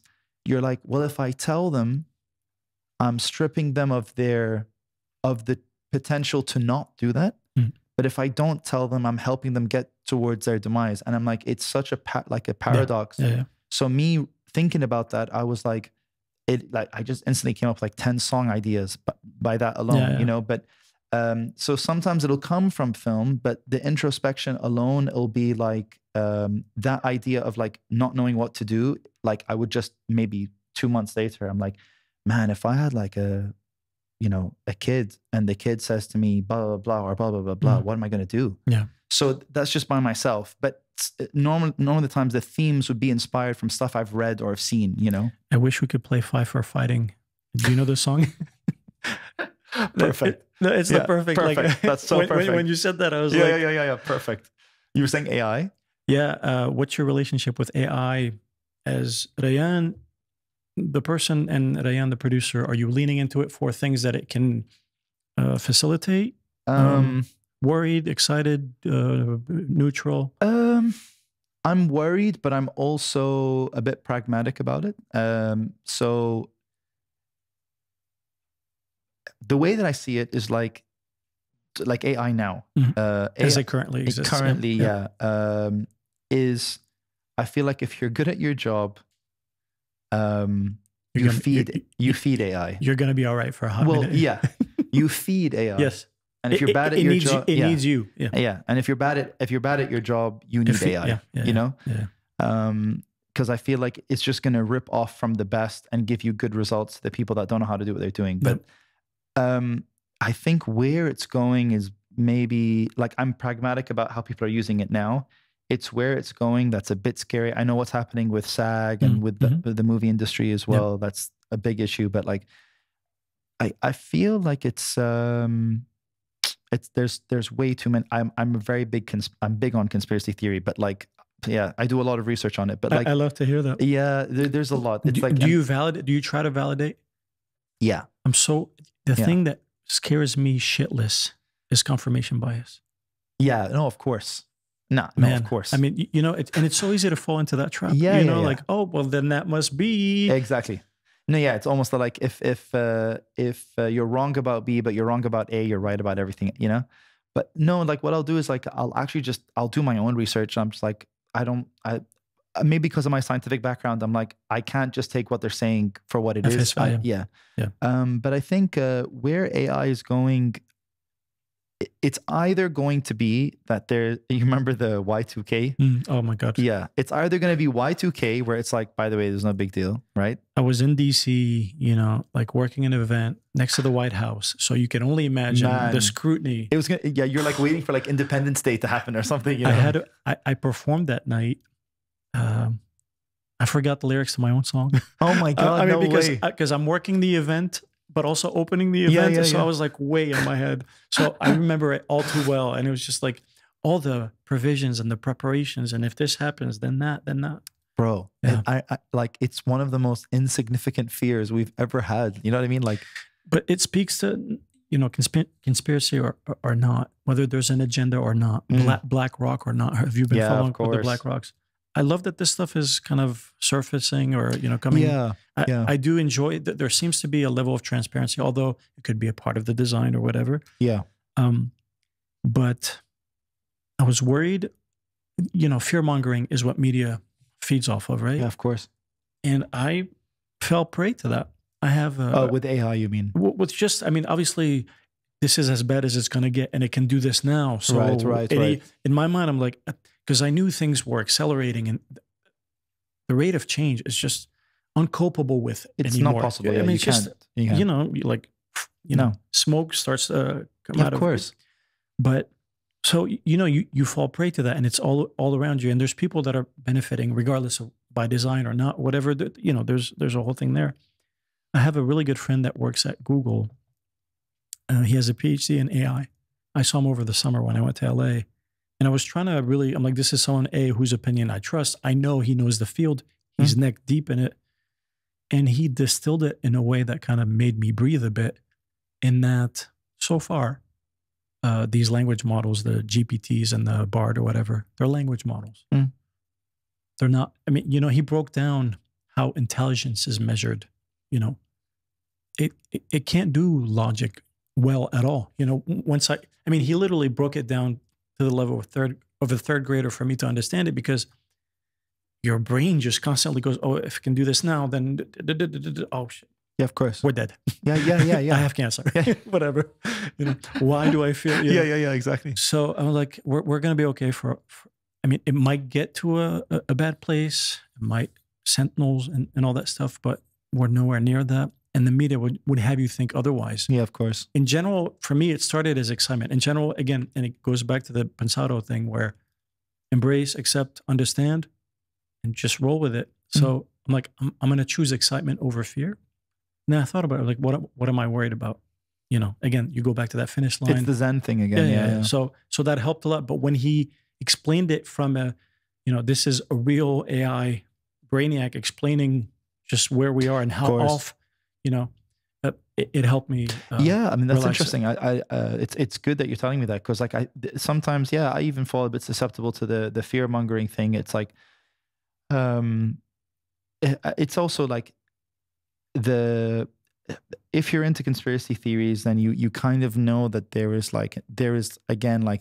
a point at the top of the pyramid that you're scared we reach, and AI either feels like a step towards that, or you don't believe in the top point, so it doesn't really matter. It was bound to happen. But I think what worries me about it the most is I'm worried about how much we rely on it more than what it does. Yeah.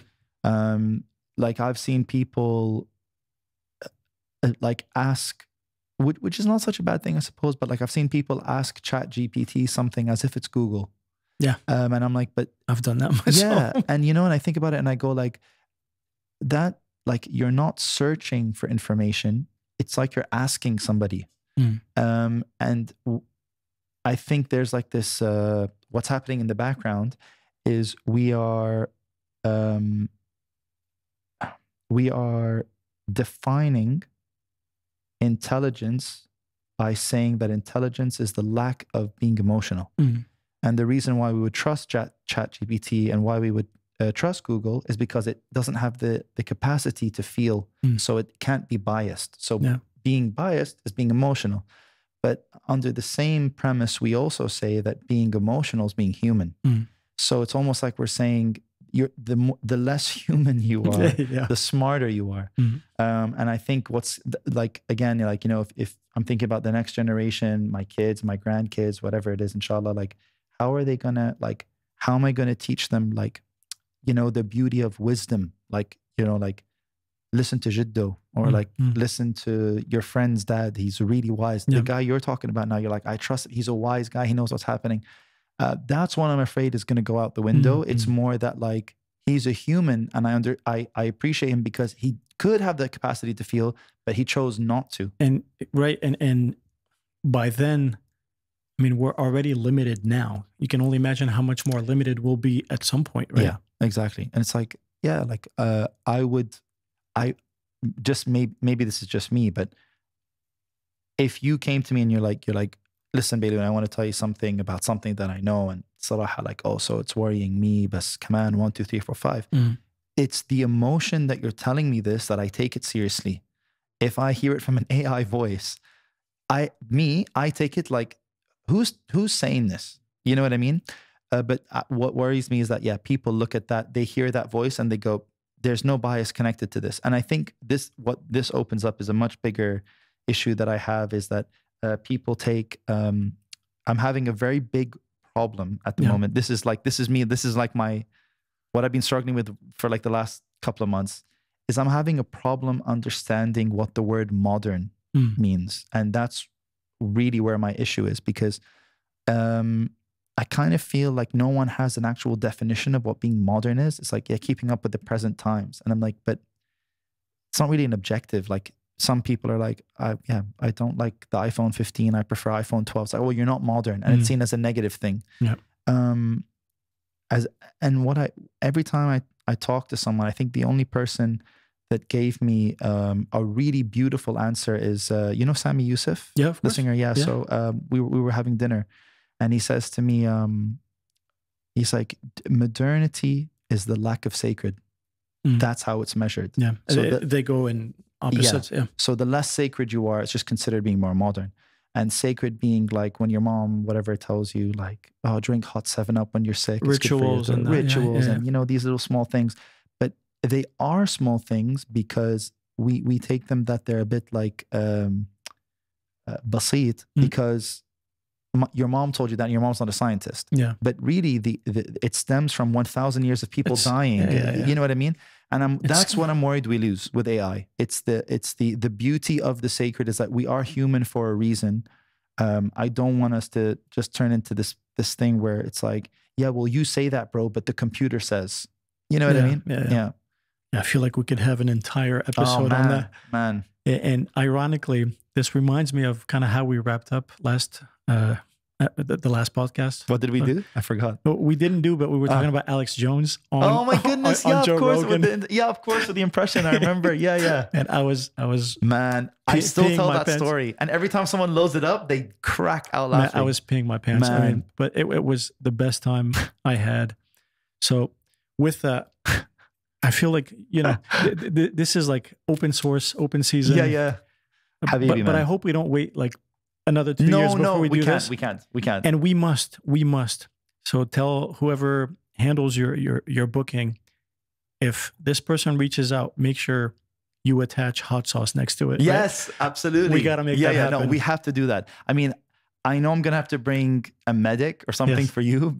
And your wife. I wanted her to come and I wish you would have brought her. Yeah, I was just, when we were talking about it earlier, I was like, man, I wish I had mentioned it. But absolutely, yeah, I'll bring her with me too next time. Amazing. I appreciate it. And again, there's a million questions I want to ask for the audience, for myself, but that's how we leave it. It's sacred. I love you, bro. Habibi, I appreciate bro. Thank you so much for having me, man. I appreciate you. We'll talk soon. Habibi. Cheers.